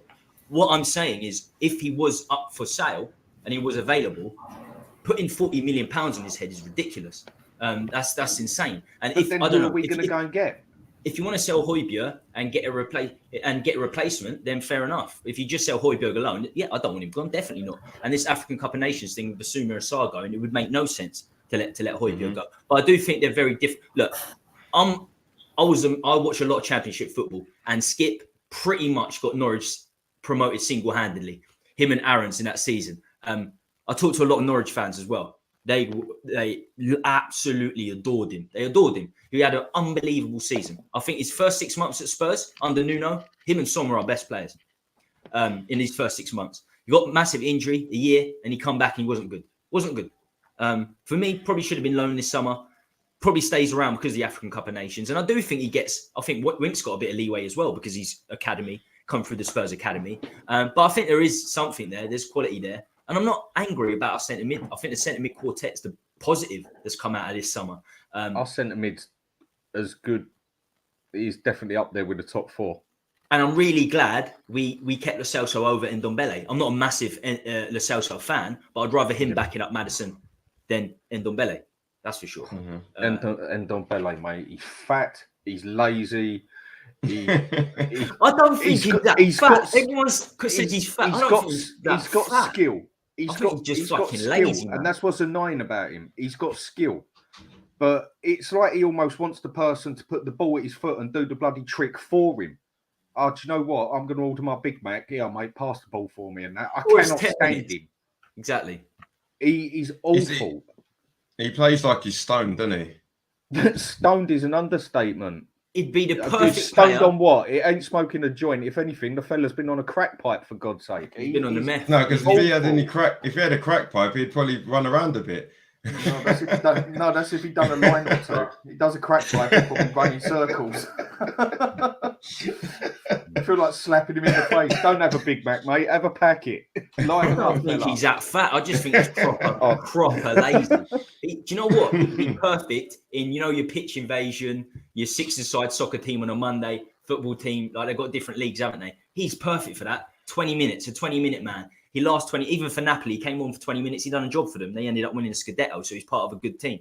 But other than that, he can't last 90 minutes. No chance. See a couple of nice flicks here and there. Just has it's not just the stamina, it's the desire. He lacks the desire. And that's a big problem. You can have all the talent. He hasn't got a football brain either. It's like, you look at that Sergio Herrera we had. What's his name? The right back we had. The one that we cut his contract. Aurier. Aurier. Can't pronounce his name. The mad thing is with him is he could run, he could pass, he could tackle, he could head the ball, he could even have a shot. He could do the old bloody lot. He could have been quality, but he didn't have a football brain. The fella has not got a football brain, yet he had the capability of doing it. I still think he's better than Emerson. So do I. Yeah, I'd have kept him over Emerson. And Ndombele, he's got all the skill, and he's got it. He's just, I can't stand the player. Like you said, I think he's probably one of the worst buyers the Premiership has ever seen, ever, for the amount of money they've got paid for him. He didn't do a homework. Toxic. Every ex-coach said he was toxic at youth level. Yep. Every ex-coach said it about Spence at youth level. That's why Neil Warnock didn't want him. That's why he was thrown out the Fulham Academy. You've got to look at their history, not just on the pitch, off the pitch. When I used to be a scout, I saw some of the best talent you'll ever see. You think National League, these guys could be playing Premier League. One boy in particular, this boy was called Blair Turgott. He was released by West Ham. He ripped it up. Every game he could play Championship Premier League. He was done for armed robbery. Released by West Ham, and he was causing trouble. Like every club he went to, he was causing trouble. So talent alone is nothing. Everyone's got the talent. You need that desire. You need that fight in you, especially in the Premier League. It's 1%, 2%. If you're missing it, then you're not going to make it. You're just not going to make it. I'm glad. When he walked off against Morecambe, that was it for me. When you walk off losing the game against Morecambe, you're losing. You're a substitute and you're walking away. I never want to see him in a Spurs shirt again. It was as simple as that. And I wasn't even supposed to be onto him yet. We weren't even getting onto Ndombele Sanchez yet. That was the final segment. I just cannot stand him. It was inevitable. To be fair, I brought it up talking about Lo Celso backing up Maddison. So look, looking at the other clubs, the way they've done their business this window, is there any other player? I'll start with you this time, Tiago. Any other player that you would have taken that moved this transfer window that you would have really liked Spurs to have signed? I'll start, actually. I'll give you time to think. Yeah, I have one. I'll start. My main one would have been Laporte. I know it would have been relatively difficult to get him. I think we should have signed 2 centre-backs from the start. Again, like Arsenal with Jesus and Zinchenko, I think you need to get winners. To win games, to win trophies, you need winners. And for me, Laporte, no-brainer. Absolute no-brainer. I know he went to Saudi Arabia. There are other players, even Pau Torres at Aston Villa. Why would he go to Spurs though? Pau Torres at Aston Villa, top player. I would have taken him. I would have taken Pau Torres all day long as well. Even Diaby. I would have taken Aston Villa's Diaby over Solomon all day long. You're still missing the one that I've been telling you about for like 2 months. Right, hold on, Dan. Let's see what Tiago's got to say. Let's see what I think I know what you're going to say, actually. I think I know what you're going to say. But Tiago, I think you do. I think you do. Look, I'm gonna say someone different, of course, because I think it would be better for us to just build options with one instead of just saying one player everyone. So for me, it would have been Brazilian central midfielder. His name is André. He's 21 years old and he's just killing it. He plays for Fluminense, which is a club here from Rio, and their manager, Fernando Diniz, is a possession-based manager. He's pretty much the only one who does it here in Brazil. He would have been like 25 million euros. He's a central midfielder who plays pretty much like Bissouma. He can also play as a box if you need him to. And if you guys don't know who Fernando Diniz is, I suggest you to watch him because his tactics are just. Did he move? Did he move? Did he move anywhere, Thiago? No, he was linked with Liverpool, but Any Fluminense players you would have wanted- taken that moved? To Oh, another club? moved. Yeah. But I respect that. I'm going to have a look at this fella. Yeah. I'm going to have a look at this fella. If you're talking Brazilian league, if you're talking Brazilian league, youngsters or whatever, Thiago is your man. Thiago is your man. players have moved. That's a good question, but I think I'd probably still go for a central midfielder. Maybe Sangaré that left PSV to Nottingham Forest. Oh, right. Yeah. They signed, yeah. I would have. You're muted, Dan. Dan. You're Dan. muted. You're You're muted. muted, Danny. I was on the wrong thing. Yeah, sorry. I was saying like months ago when I spoke to you both, he was the one who I wanted us to go for. People were saying 60, 70 million on other shows I went on and that. I said, no, we'll snatch him up for 30 million because PSV need the money. Same as everyone else in Europe does, except English teams. And he would have been perfect to replace Højbjerg because he's significantly better, and Nottingham Forest got him. So would you have done that, Dan? Because we just mentioned Højbjerg. Would you have sold Højbjerg and got this boy in? Yeah, all day long. Yeah. Because he's significantly better from what I've seen. But then let's see how he does in the Premiership. But that was who I wanted. Jacob, any players that tickle your fancy? I can't even think of them, to be fair. I did like McAllister, Brighton, but obviously Liverpool snapped him up, and Liverpool, you know, a bigger club than us, so probably won't have a chance there. But there's McAllister I liked. I'm trying to think, is this any player in general or just players realistically? Sort of realistically. To some, look, Laporte probably would never come to Spurs for Saudi Arabia, but you never know. You never know because it's Saudi Arabia, and it's some players actually do have morals in terms of they want to win things. They want to win things over playing in a Mickey Mouse league. I mean, do you know what it is, Jacob? Looking at the transfers, it's not been a big window for any of the clubs. So I'm not surprised you're struggling and some of the other boys are struggling to think of names. I'm struggling. Because mine would have been obviously it wasn't going to be realistic, but mine would be Caicedo. That guy was so sick at Brighton. And when I realised that he went to, I knew, 100 million, Tottenham ain't going to do that. But if there was a way of getting him, it'd be him, because you imagine him in midfield with Bissouma, it's game over. And you know, if it gets to the point where Bissouma and Sarr go on to African Cup of Nations, the likelihood is one of them's not even in the team.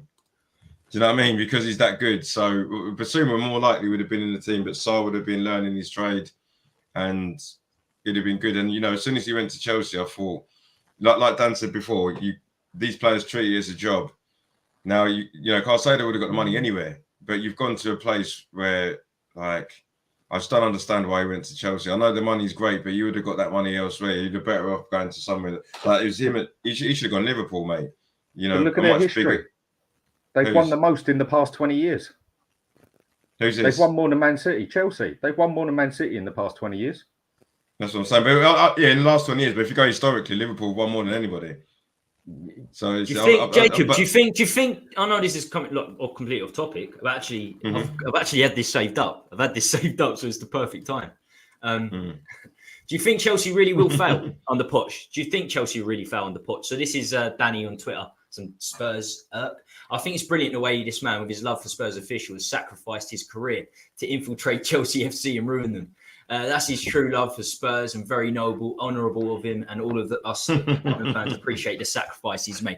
Obviously, very, very tongue-in-cheek.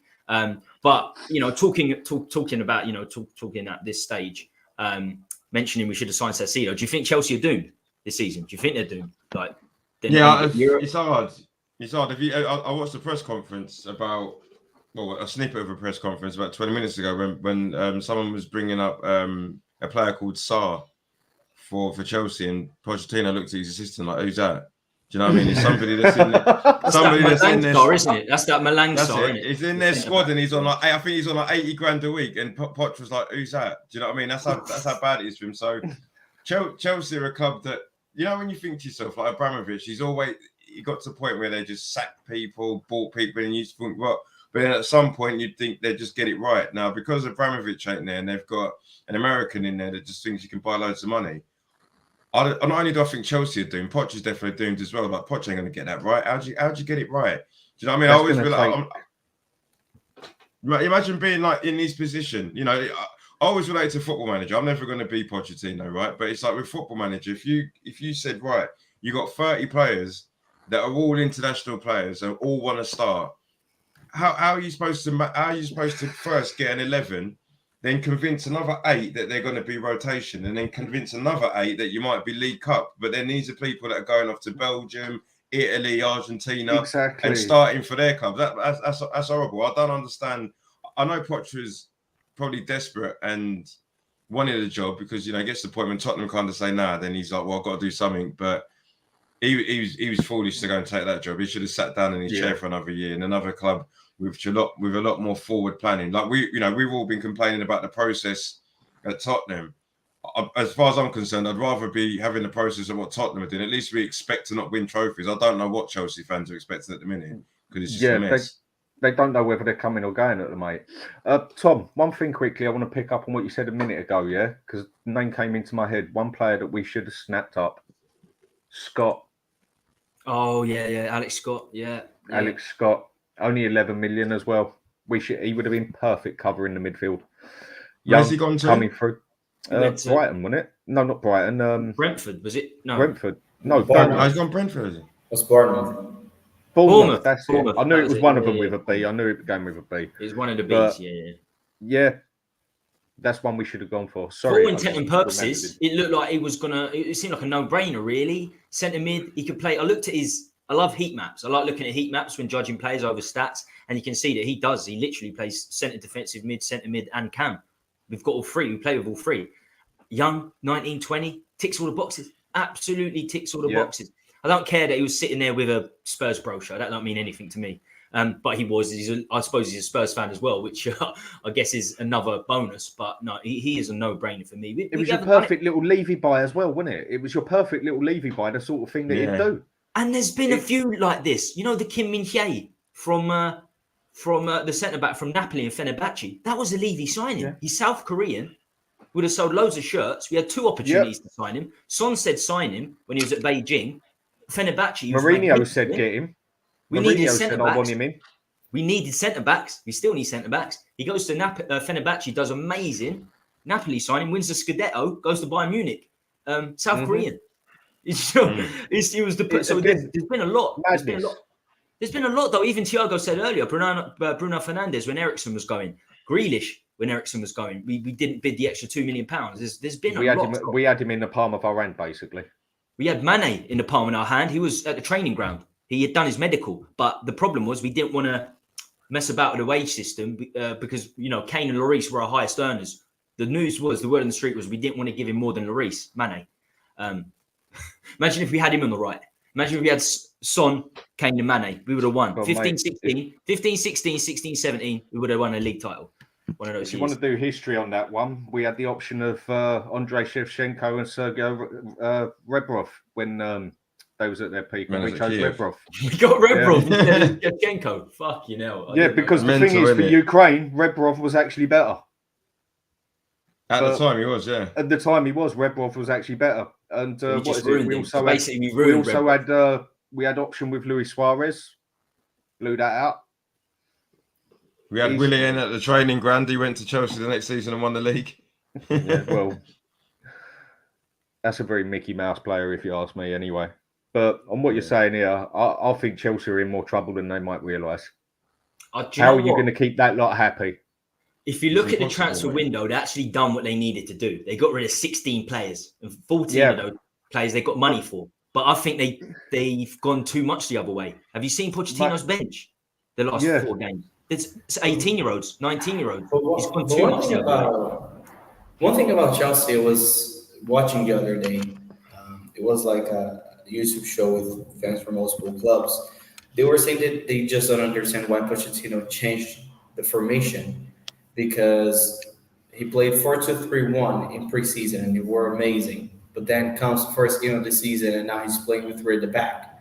I know that they have Nkunku injured and he's a huge player, but he could have at least kept the formation. 4-2-3-1 is what he does best, and now he just comes out with this 3 men at the back. It's also funny to see him saying, I want to win the FA Cup, I want to win the League Cup, I want to win everything. When at Tottenham, he just said that trophies build egos, and it's not that important to win trophies.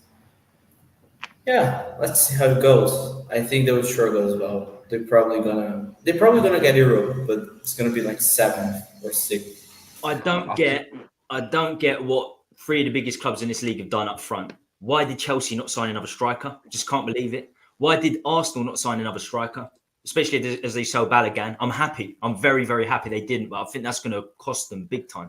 Why didn't Man United go for Osherman? Why didn't they go for Kane? They got Højlund, young 22-year-old. Well, I think we know the answer to that. Their owners are going to sell up this season, so they're not spending a lot of money this summer. Strikers? Where? There are no strikers out there. That's just Osherman, Ramos from Benfica is magnificent. Kane, they could have signed Kane. And all of them are going to cost you. And if they would have gone for Kane, that would have cost them 150 million. No way Levy would have let that one go like for 100 million to an English club.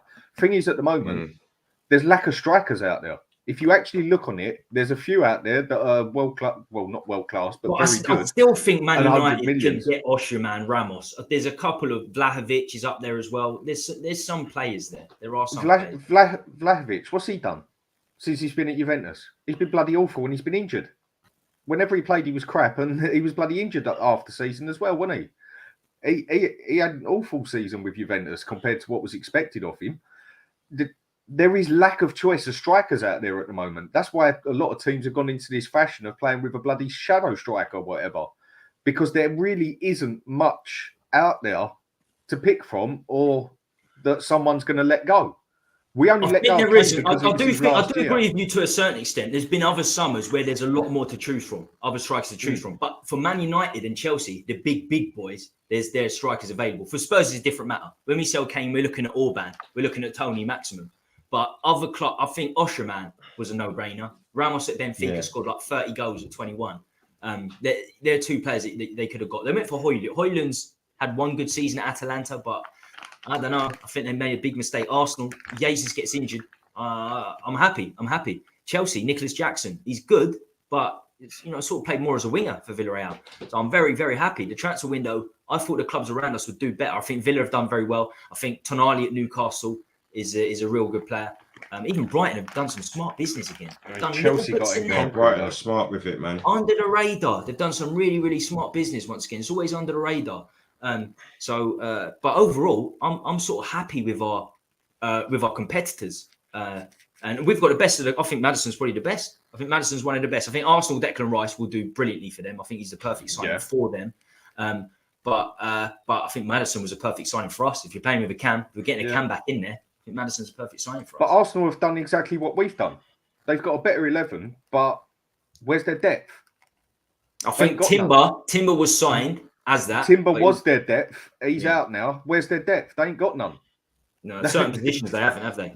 Yeah, no, they're in the same situation that they were last season. Yeah, they improved their first 11, but they didn't improve no depth. If Rice gets injured, who covers him? Yeah, true that. I think, is Partey still there? I don't know. Partey's he's out for 4 months as well. He's done himself in. They was playing him as bloody right back. But if Rice, they play everyone at right back. If Rice got injured, Janino is the one who's going to cover him. Same one that was going to cover Partey. But Partey was now meant to be playing consistently with Rice.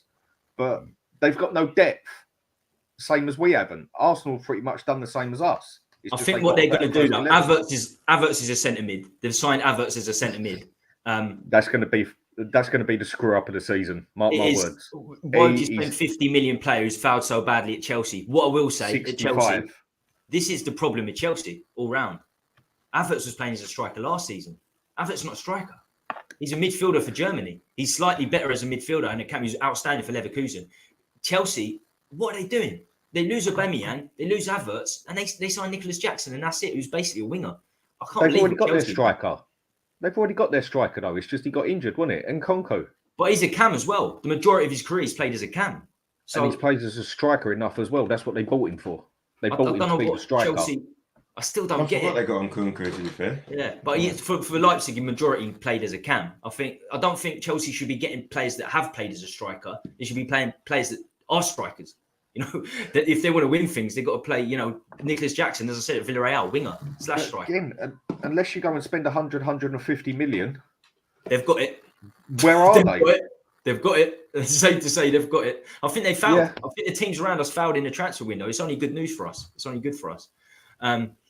Man City didn't, obviously. Man City done some great business, but we're not competing. And Liverpool as well, to be fair. The McAllister. They sorted their midfield out. McAllister, the boy from Leipzig, who I refuse to pronounce his name, the boy from Leipzig. Philipsai. That's it, yeah. Yeah, I'll stick with Jacob's pronunciation there. Right, we did talk about Ndombele, so I don't want to talk about Ndombele a great deal. First up, Sanchez.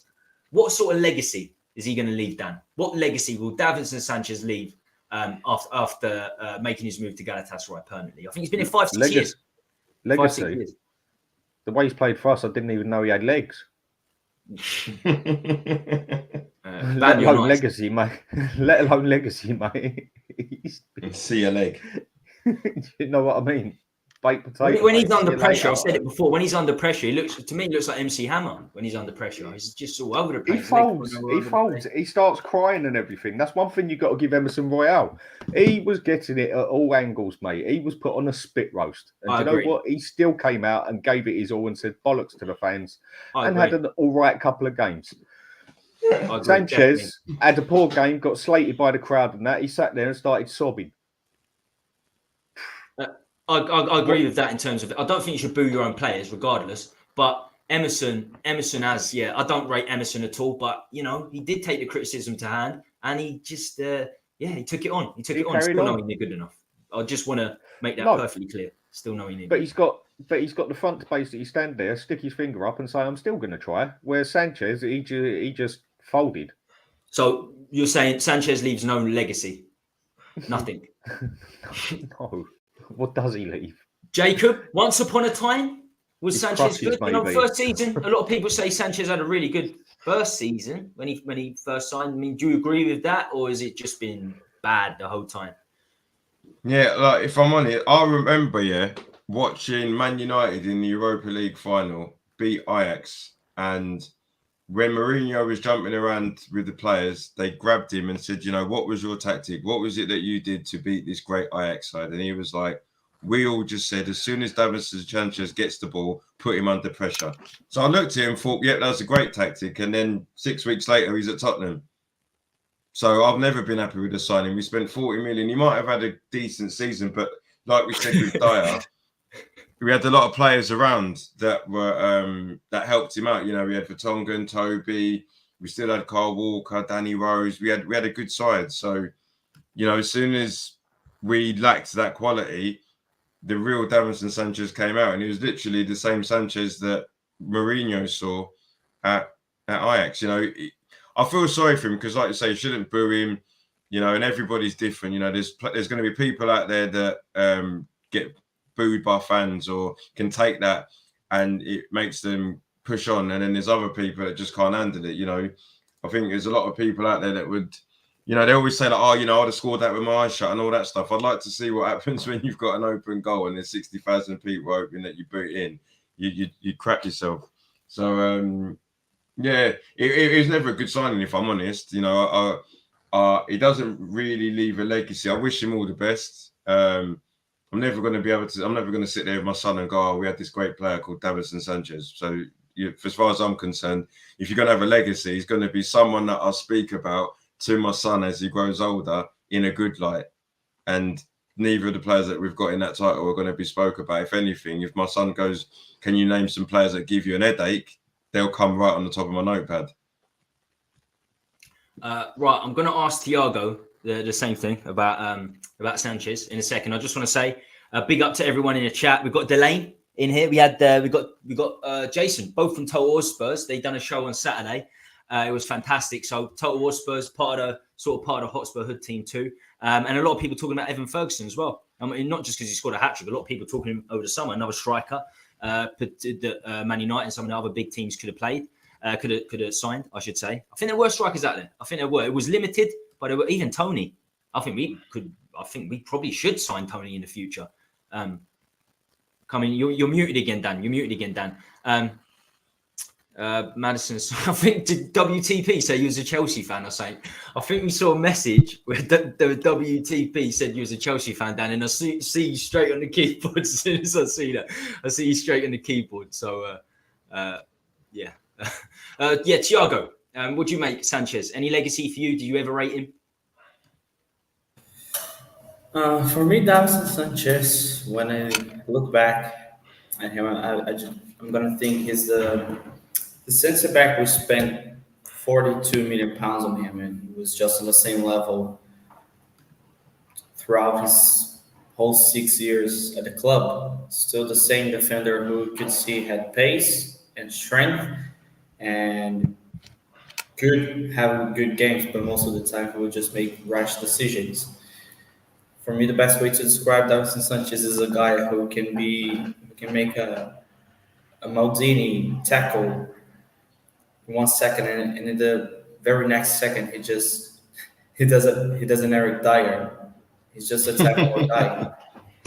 You know, he can go from 0 to 100 and from 100 back to 0 in 2 seconds. And for me, that's the legacy he leaves. I'm with Jacob. I didn't rate his signing as well when he came.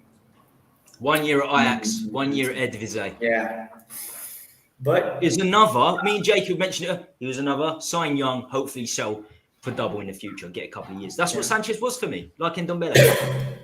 And it's just weird, that's not weird, but like, just one of those players that 6 years at the club and he was never a consistent starter for us unless someone was injured. I think it just sums up perfectly what he was. He was never good enough to be a starter for us.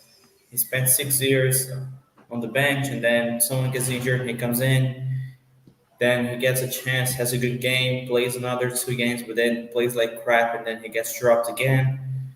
That's Davison Sanchez, one of the worst legacies in this squad. And for me, booing is not a problem. Here in Brazil, we do that. We protest in their birthday parties and all that shit. I remember you said this, Thiago, and it wasn't popular. It wasn't popular when you said, fuck that. I don't give a shit that it was booed. We do it in Brazil all day long.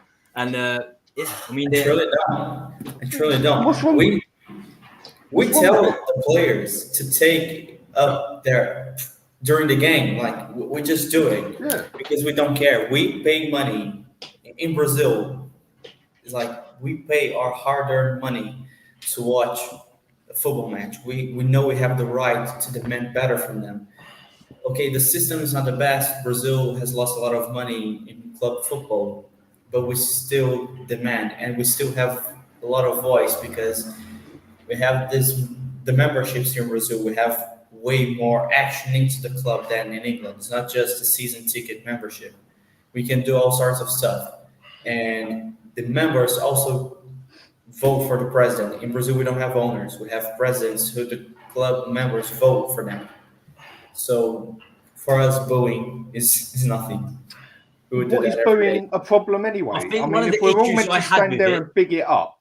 I personally wouldn't do it. So I personally wouldn't do it to our own player while they're playing, if I'm honest with you. But I'm not dead set against it. But what really pissed me off with that situation is the fact that why has Dyer never got it?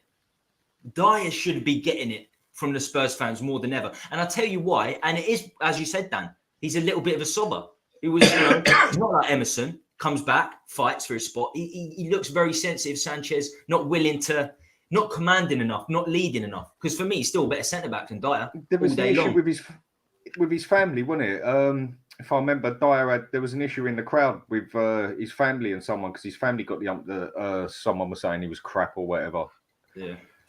Look, if someone deserves all the credit for doing good, then they got to take the other side as well when they play bad. It's just, I mean, the only way to look at it is it's like the whole world basically. It's all gone so tits up and everything that you can't even tell someone. I mean, what do you say to someone these days? Yeah, that's it. Yeah. No, but when Thiago said it, I tell you now, when Thiago said that, it's controversial. Thiago would tell you, the other guests were like, no, we shouldn't be booing. A lot of people in the chat, no, we shouldn't be booing. And it was quite refreshing to hear that from Thiago. I mean, if any country and if any fans know something about football, you've got to say it's Brazil. The Brazilians, they know football. They don't mess about over there. What happened in Italy then with AC Milan? They turned up outside the bloody players' houses and that threatened to kidnap the bloody wives. Right, even Zaniolo. Remember, Zaniolo refused to go somewhere in January. The Roma fans, the ultras, went to his house and said, "You fucking signed for someone because we don't want you here." And he went to otherwise, your wife comes with us. Yeah, that's mad, isn't it? There was a case here in Brazil. There's this club that's called Palmeiras, and they have been the most successful clubs in the last 5 years. They've won the Copa Libertadores twice, Brazilian League 3 times. They're just like huge. And it was this season. In the beginning of the season, they signed 2 players only. The manager was asking for more players, and the owner of the club, the owner/president, who was voted by the fans, she decided to buy an airplane for the club because it would be better for them, for better comfort of the players when they had to travel. Those guys almost exploded the training center because they said players wins as trophies, not an airplane. And they have just won Copa Libertadores twice, the Brazilian League 3 times. We don't care. We truly don't. And yeah, just so you know, my club here in Brazil, we're not allowed to play in our stadium for now because they say that there are favelas close to the stadium. So basically, they're just being racist. Let's say as it is. 30,000 fans turned up to the game on Sunday to watch outside the stadium and protest. That's how we do it. We don't care. We're going to boo the players. Do you know what? It's not even just Brazilian clubs. It's most clubs outside of Spurs. We can't get 100 people to a protest. It's most clubs outside of England. Outside of England, yeah. I'm telling you now, Dan, Man United had 12,000 people on the streets this season protesting about their home shirt design. They didn't like the design of their home shirt. Yeah. You know what I'm saying? We can't get 100 people. England is still the softest place. We're known. It's not even England, Dan. It's not even England. We're known for all these years. No, that's not what I'm on about. We're known for all these years. England being these yobs and everything and that. No, mate. Go meet a couple of the others from the other countries and see what they do. The problem is in England is most of the players are so bloody touchy these days, like Sanchez, like Dyer, like R1s and that. Like Mason Mount, for example, and that. He's that bloody touchy. When you go and meet him, you wouldn't shake his hand and say, "You all right there, fella?" You go up to him and say, "You all right, mate? What's your pronoun?" Because you're too scared to bloody upset him. That's what it's all like now. That is how touchy they are now. It's not just him. That's the population. But that's what I'm saying. That's what I mean. It's England as a whole. You can't go in Costa and ask for a coffee without asking what their fucking pronouns are. That's what I'm saying. It is. Whereas you go to other countries and that, you go to Germany, they don't mess about. The fans don't mess about over there. It just isn't spoke about like that. I mean, God knows what Italy are just deadly. God knows what it's like in Russia. Bloody someone turn up with an AK-47 on your doorstep saying, "I want your wife now." You know, yeah, mate. There's 2 derbies I want to. Actually, there's 3 derbies I want to go to because of the riots. I do still want to go to the Old Firm derby. It's definitely not what it used to be. It's still fucking manic though. It's the only big one in Britain, I'd say. But the Partizan, Red Star Belgrade, that looks insane. Boca Juniors, River Plate, there are deaths, aren't there? Boca Juniors, River Plate, and Roma Lazio. Just carrying on with the Italian fans. I watch a lot of Serie A football. This is why I sort of go back on what I say about Osherman should have been signed. Napoli don't sell their players because the owners would be chased if they sell their players. They'd be The killed. best players, like Koulibaly, should have gone when he was good 7 years ago. Mertens, Insigne, they were very, very good 7 years ago. None of them actually got sold. And Osimhen now, one of the best strikers in the world. What's he still doing at Napoli? I know he won the Scudetto, but back then they weren't winning titles. They still kept their best players. You know, ultras, real ultras, and Lazio are the worst. Yeah. Milinkovic-Savic this year. How did Milinkovic-Savic stay there for 5-6 years? Lazio just sneak into Europe every season because there you don't leave there. You know, you got a leg missing. If you go and they don't want you to go, you know, you got a leg missing. I mean, out in Italy, Lazio and Roma are absolutely savage out there. They really are. The AC Milan ones are quite dirty out there as well, and the little Fiorentina lot are quite a nasty little bunch as well. But you're right in what you're saying. Lazio and Roma fans out there, that's the they'll derby. take you round the corner and shank you up, mate. They won't mess about. And over here, meanwhile in England, do you remember that kid that started on that West Ham fan and got banged out last season? Do you remember? He was all over social media. There's this geezer smacked him. He looked like a nerd. Just flopped him straight on the floor. Wasn't it a Chelsea fan? I think he was a Chelsea fan. Just got dropped. Yeah. I swear that sums it up, mate. You wouldn't survive 2 minutes in Colombia. It's like I see a Millwall fella do that as well. When what was it? I think it was Spurs and Millwall when we done them, and fellas standing up there while the Millwall fans walking down, proper jumping up and down, giving a bit of abuse. The fella just walked up to him, dropped him, and just carried on walking. Bloke was out on the floor. I think it's not just about culture because, look, one of my biggest dreams in my life is to go to a Spurs game. But every person I meet from Brazil that goes to the stadium, they just say, it's just so boring. All of them, I'm not joking, everybody says it's boring. It's not nice to watch football there because you can't scream, you can't stand up, you can't complain, because if you complain, there will be people looking at you like, what the fuck you're doing here? Or then they're gonna call you a monkey and tell you to go back to your country. Everybody says it's just boring. So it's the culture, I think, because in Europe you have countries that have really hot fans where they jump all the time. For example, Germany, those guys, their team is losing 5-1, they don't care. They're still singing their hearts out. So I think it's just culture. I know that there was a hooligan situation in England. In Brazil, we still have fights between fans, and that is a problem. But still, the atmosphere of going into a derby where you have two clubs that have at least 10 million fans in the country, and you're just there at the stadium, it's just completely different. Something England will never experience, like 50-50, singing all the time, telling that their club is shit. It's just. And in Germany, they sit there and drink all the beers while they're watching the football and everything. I've been over to see Dortmund play a few times. I think the last 30 years or so, I think it's changed. I think back in the 80s, it was fierce. It was fierce in England back in the 80s and early 90s. But things certainly changed. I think when money comes into it, I don't want to bash foreign players. But a lot of the clubs that have the big rivalries are the players are still very much nationally based. So a lot of the players are Italian, let's say, Lazio, Roma, and obviously the Belgrade derby, the Celtic derby. A lot of the players are from that country. So I think the Premier League era money does change it to a certain extent. But I tell you what, I don't enjoy going to Spurs games anymore. I went to the Man United game last season and I got told that we're going to have Levy out this, Levy out that. I think it was after the Newcastle game, 6-1. It was me and some other lad out of fucking 5,000 people shouting Levy out. That was it. I'm not even that Levy out. I wasn't that Levy out 2 years ago. I'm told that we're going to get people on board. It's an absolute. You had Richard Cracknell from TalkSport saying he's going to go up to the protest and say something. I don't give a fuck if you go up to the protest and say something.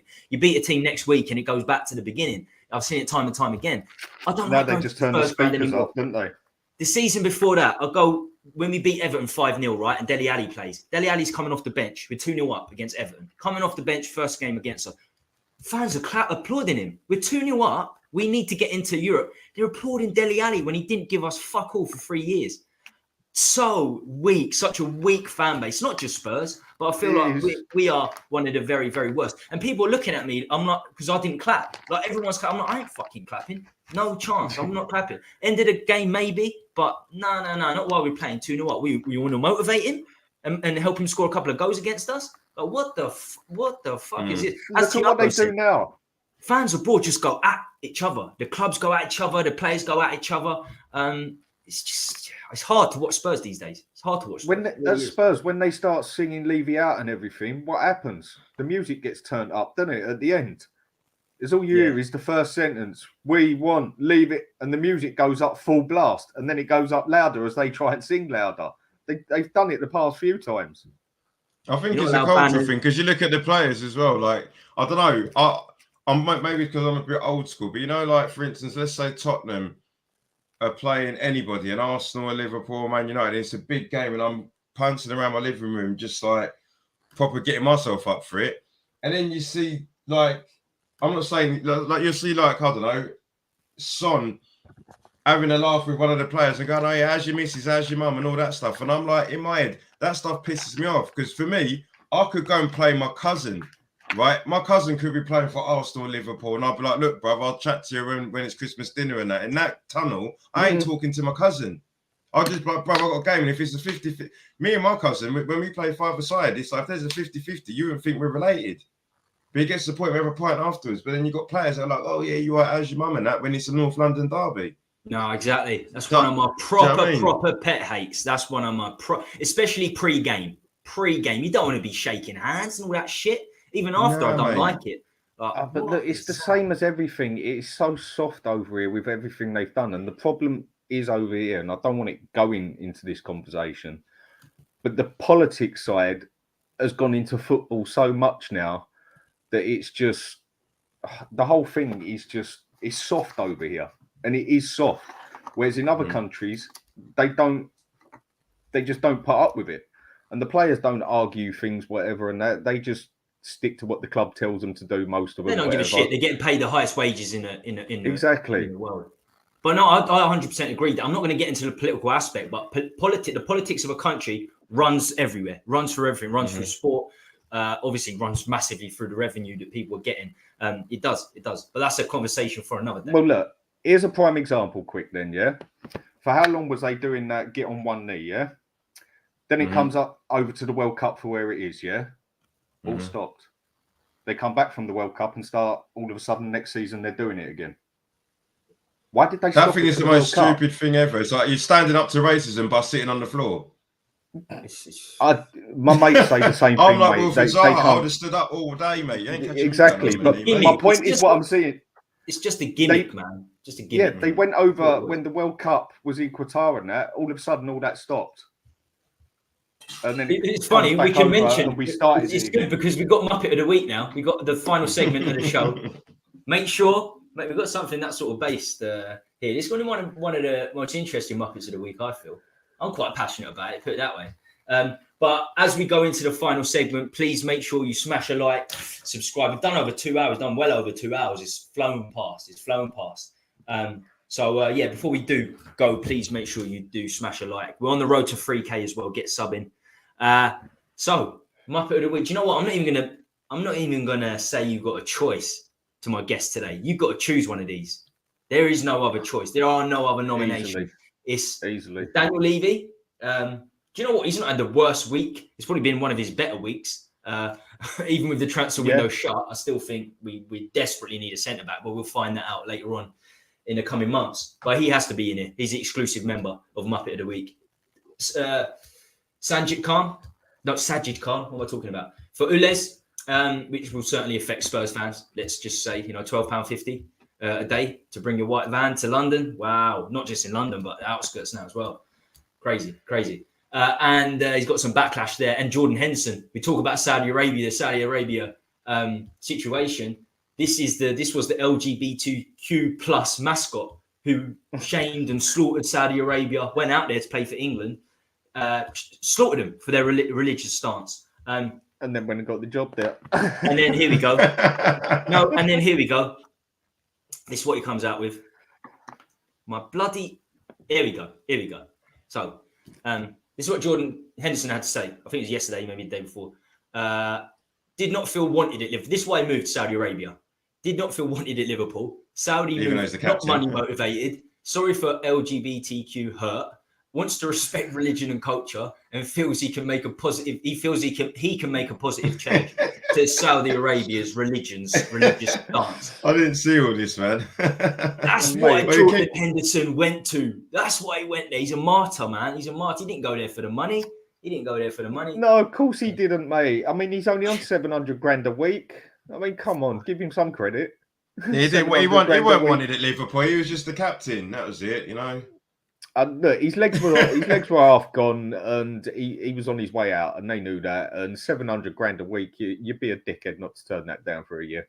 So, Dan, you in agreement that it was for the money? Why don't you just say it? Without a doubt, of just course say it it. Why don't you just say it, man? Why don't you just say it? What he should have said is that, you know, what would you do if you was in my position? And with the LGBT stuff, Jordan Henderson was the captain of Liverpool, vice captain of England at one point, captain of England. So he's going to get told by the FA and his club what to say. That doesn't mean that that's what Jordan Henderson actually thinks. So when he gets to the point where he's not the Liverpool captain, all of a sudden it's like, well, the only people that are important in that decision and what Jordan Henderson says is his family. So if he sits there with his missus having a bit of dinner and says, shall we go to Saudi Arabia with 700 grand?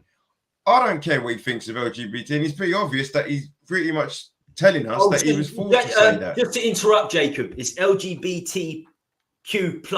So if you had your own, if you was on TV and just said LGBTQ, you'd get cancelled. If you said it the next week and you didn't change it, you'd get cancelled. That's how fucked up it is now. That's how fucked up. Oh, don't cancel me then. I don't care, man. Like, if you want to be a bloke and that, or want to be a woman, you do that. Don't force your crap on me. Mate, I agree with you. I'm exactly the same. If you want an honest answer, then ask me, but it don't mean you're going to like me answer. Right, Dan, who's your Muppet of the week? Who's your Muppet of the week? Do you know what? It's a good pick, but that prick in the middle, I'd love to meet him. You know, go for a beer. See you next Thursday. Because I'm meeting Levy on Tuesday. I'll see him in an interview.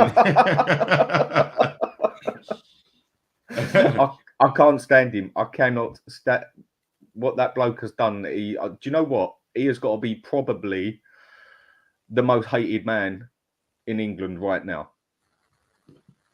So what's he's charging? I saw something vaguely. So he's charging people £12.50 for what? Basically, what it is. So basically, the tradesmen, so the ones with white vans, tradesmen, £12.50 a day. £12.50 a day. So you're talking £70 a week, £280 a month extra. Just £300 a month just to go and work in London. No, it's not that. That's not what it is. What is it then? Ules, yeah. It's about the air and everything, yeah. Yeah, but it's still if you don't adhere to it, you have to pay £12.50. Yeah, but it's a bit deeper than that. And basically, in central London, they had it all blocked off. Basically, like congestion charge and that. ULEZ charged it. If your car pumped out a certain amount of fumes, whatever, that it's a certain age or whatever, you had to pay £12.50 to drive it. And then what he done, he expanded it to all out of London, like my area sort of thing, like all. He only done it in the last week. He only done it in the last week. He's been setting it up for 6 months to a year though. Yeah. I mean, most of his cameras have been smashed down, and anyway, all around my end, they've all been cut and everything. And he spread it out to all the parts where there is actually no problem. So he's basically saying that he wants all this crap fumes to be put in the air, once it all stopped and everything by the cars and that. But as long as you pay £12.50, like you can do it. That is nuts, man. If you drive off your drive, that is £12.50 if you haven't got the right bloody car or van now, or if you're in a diesel or whatever.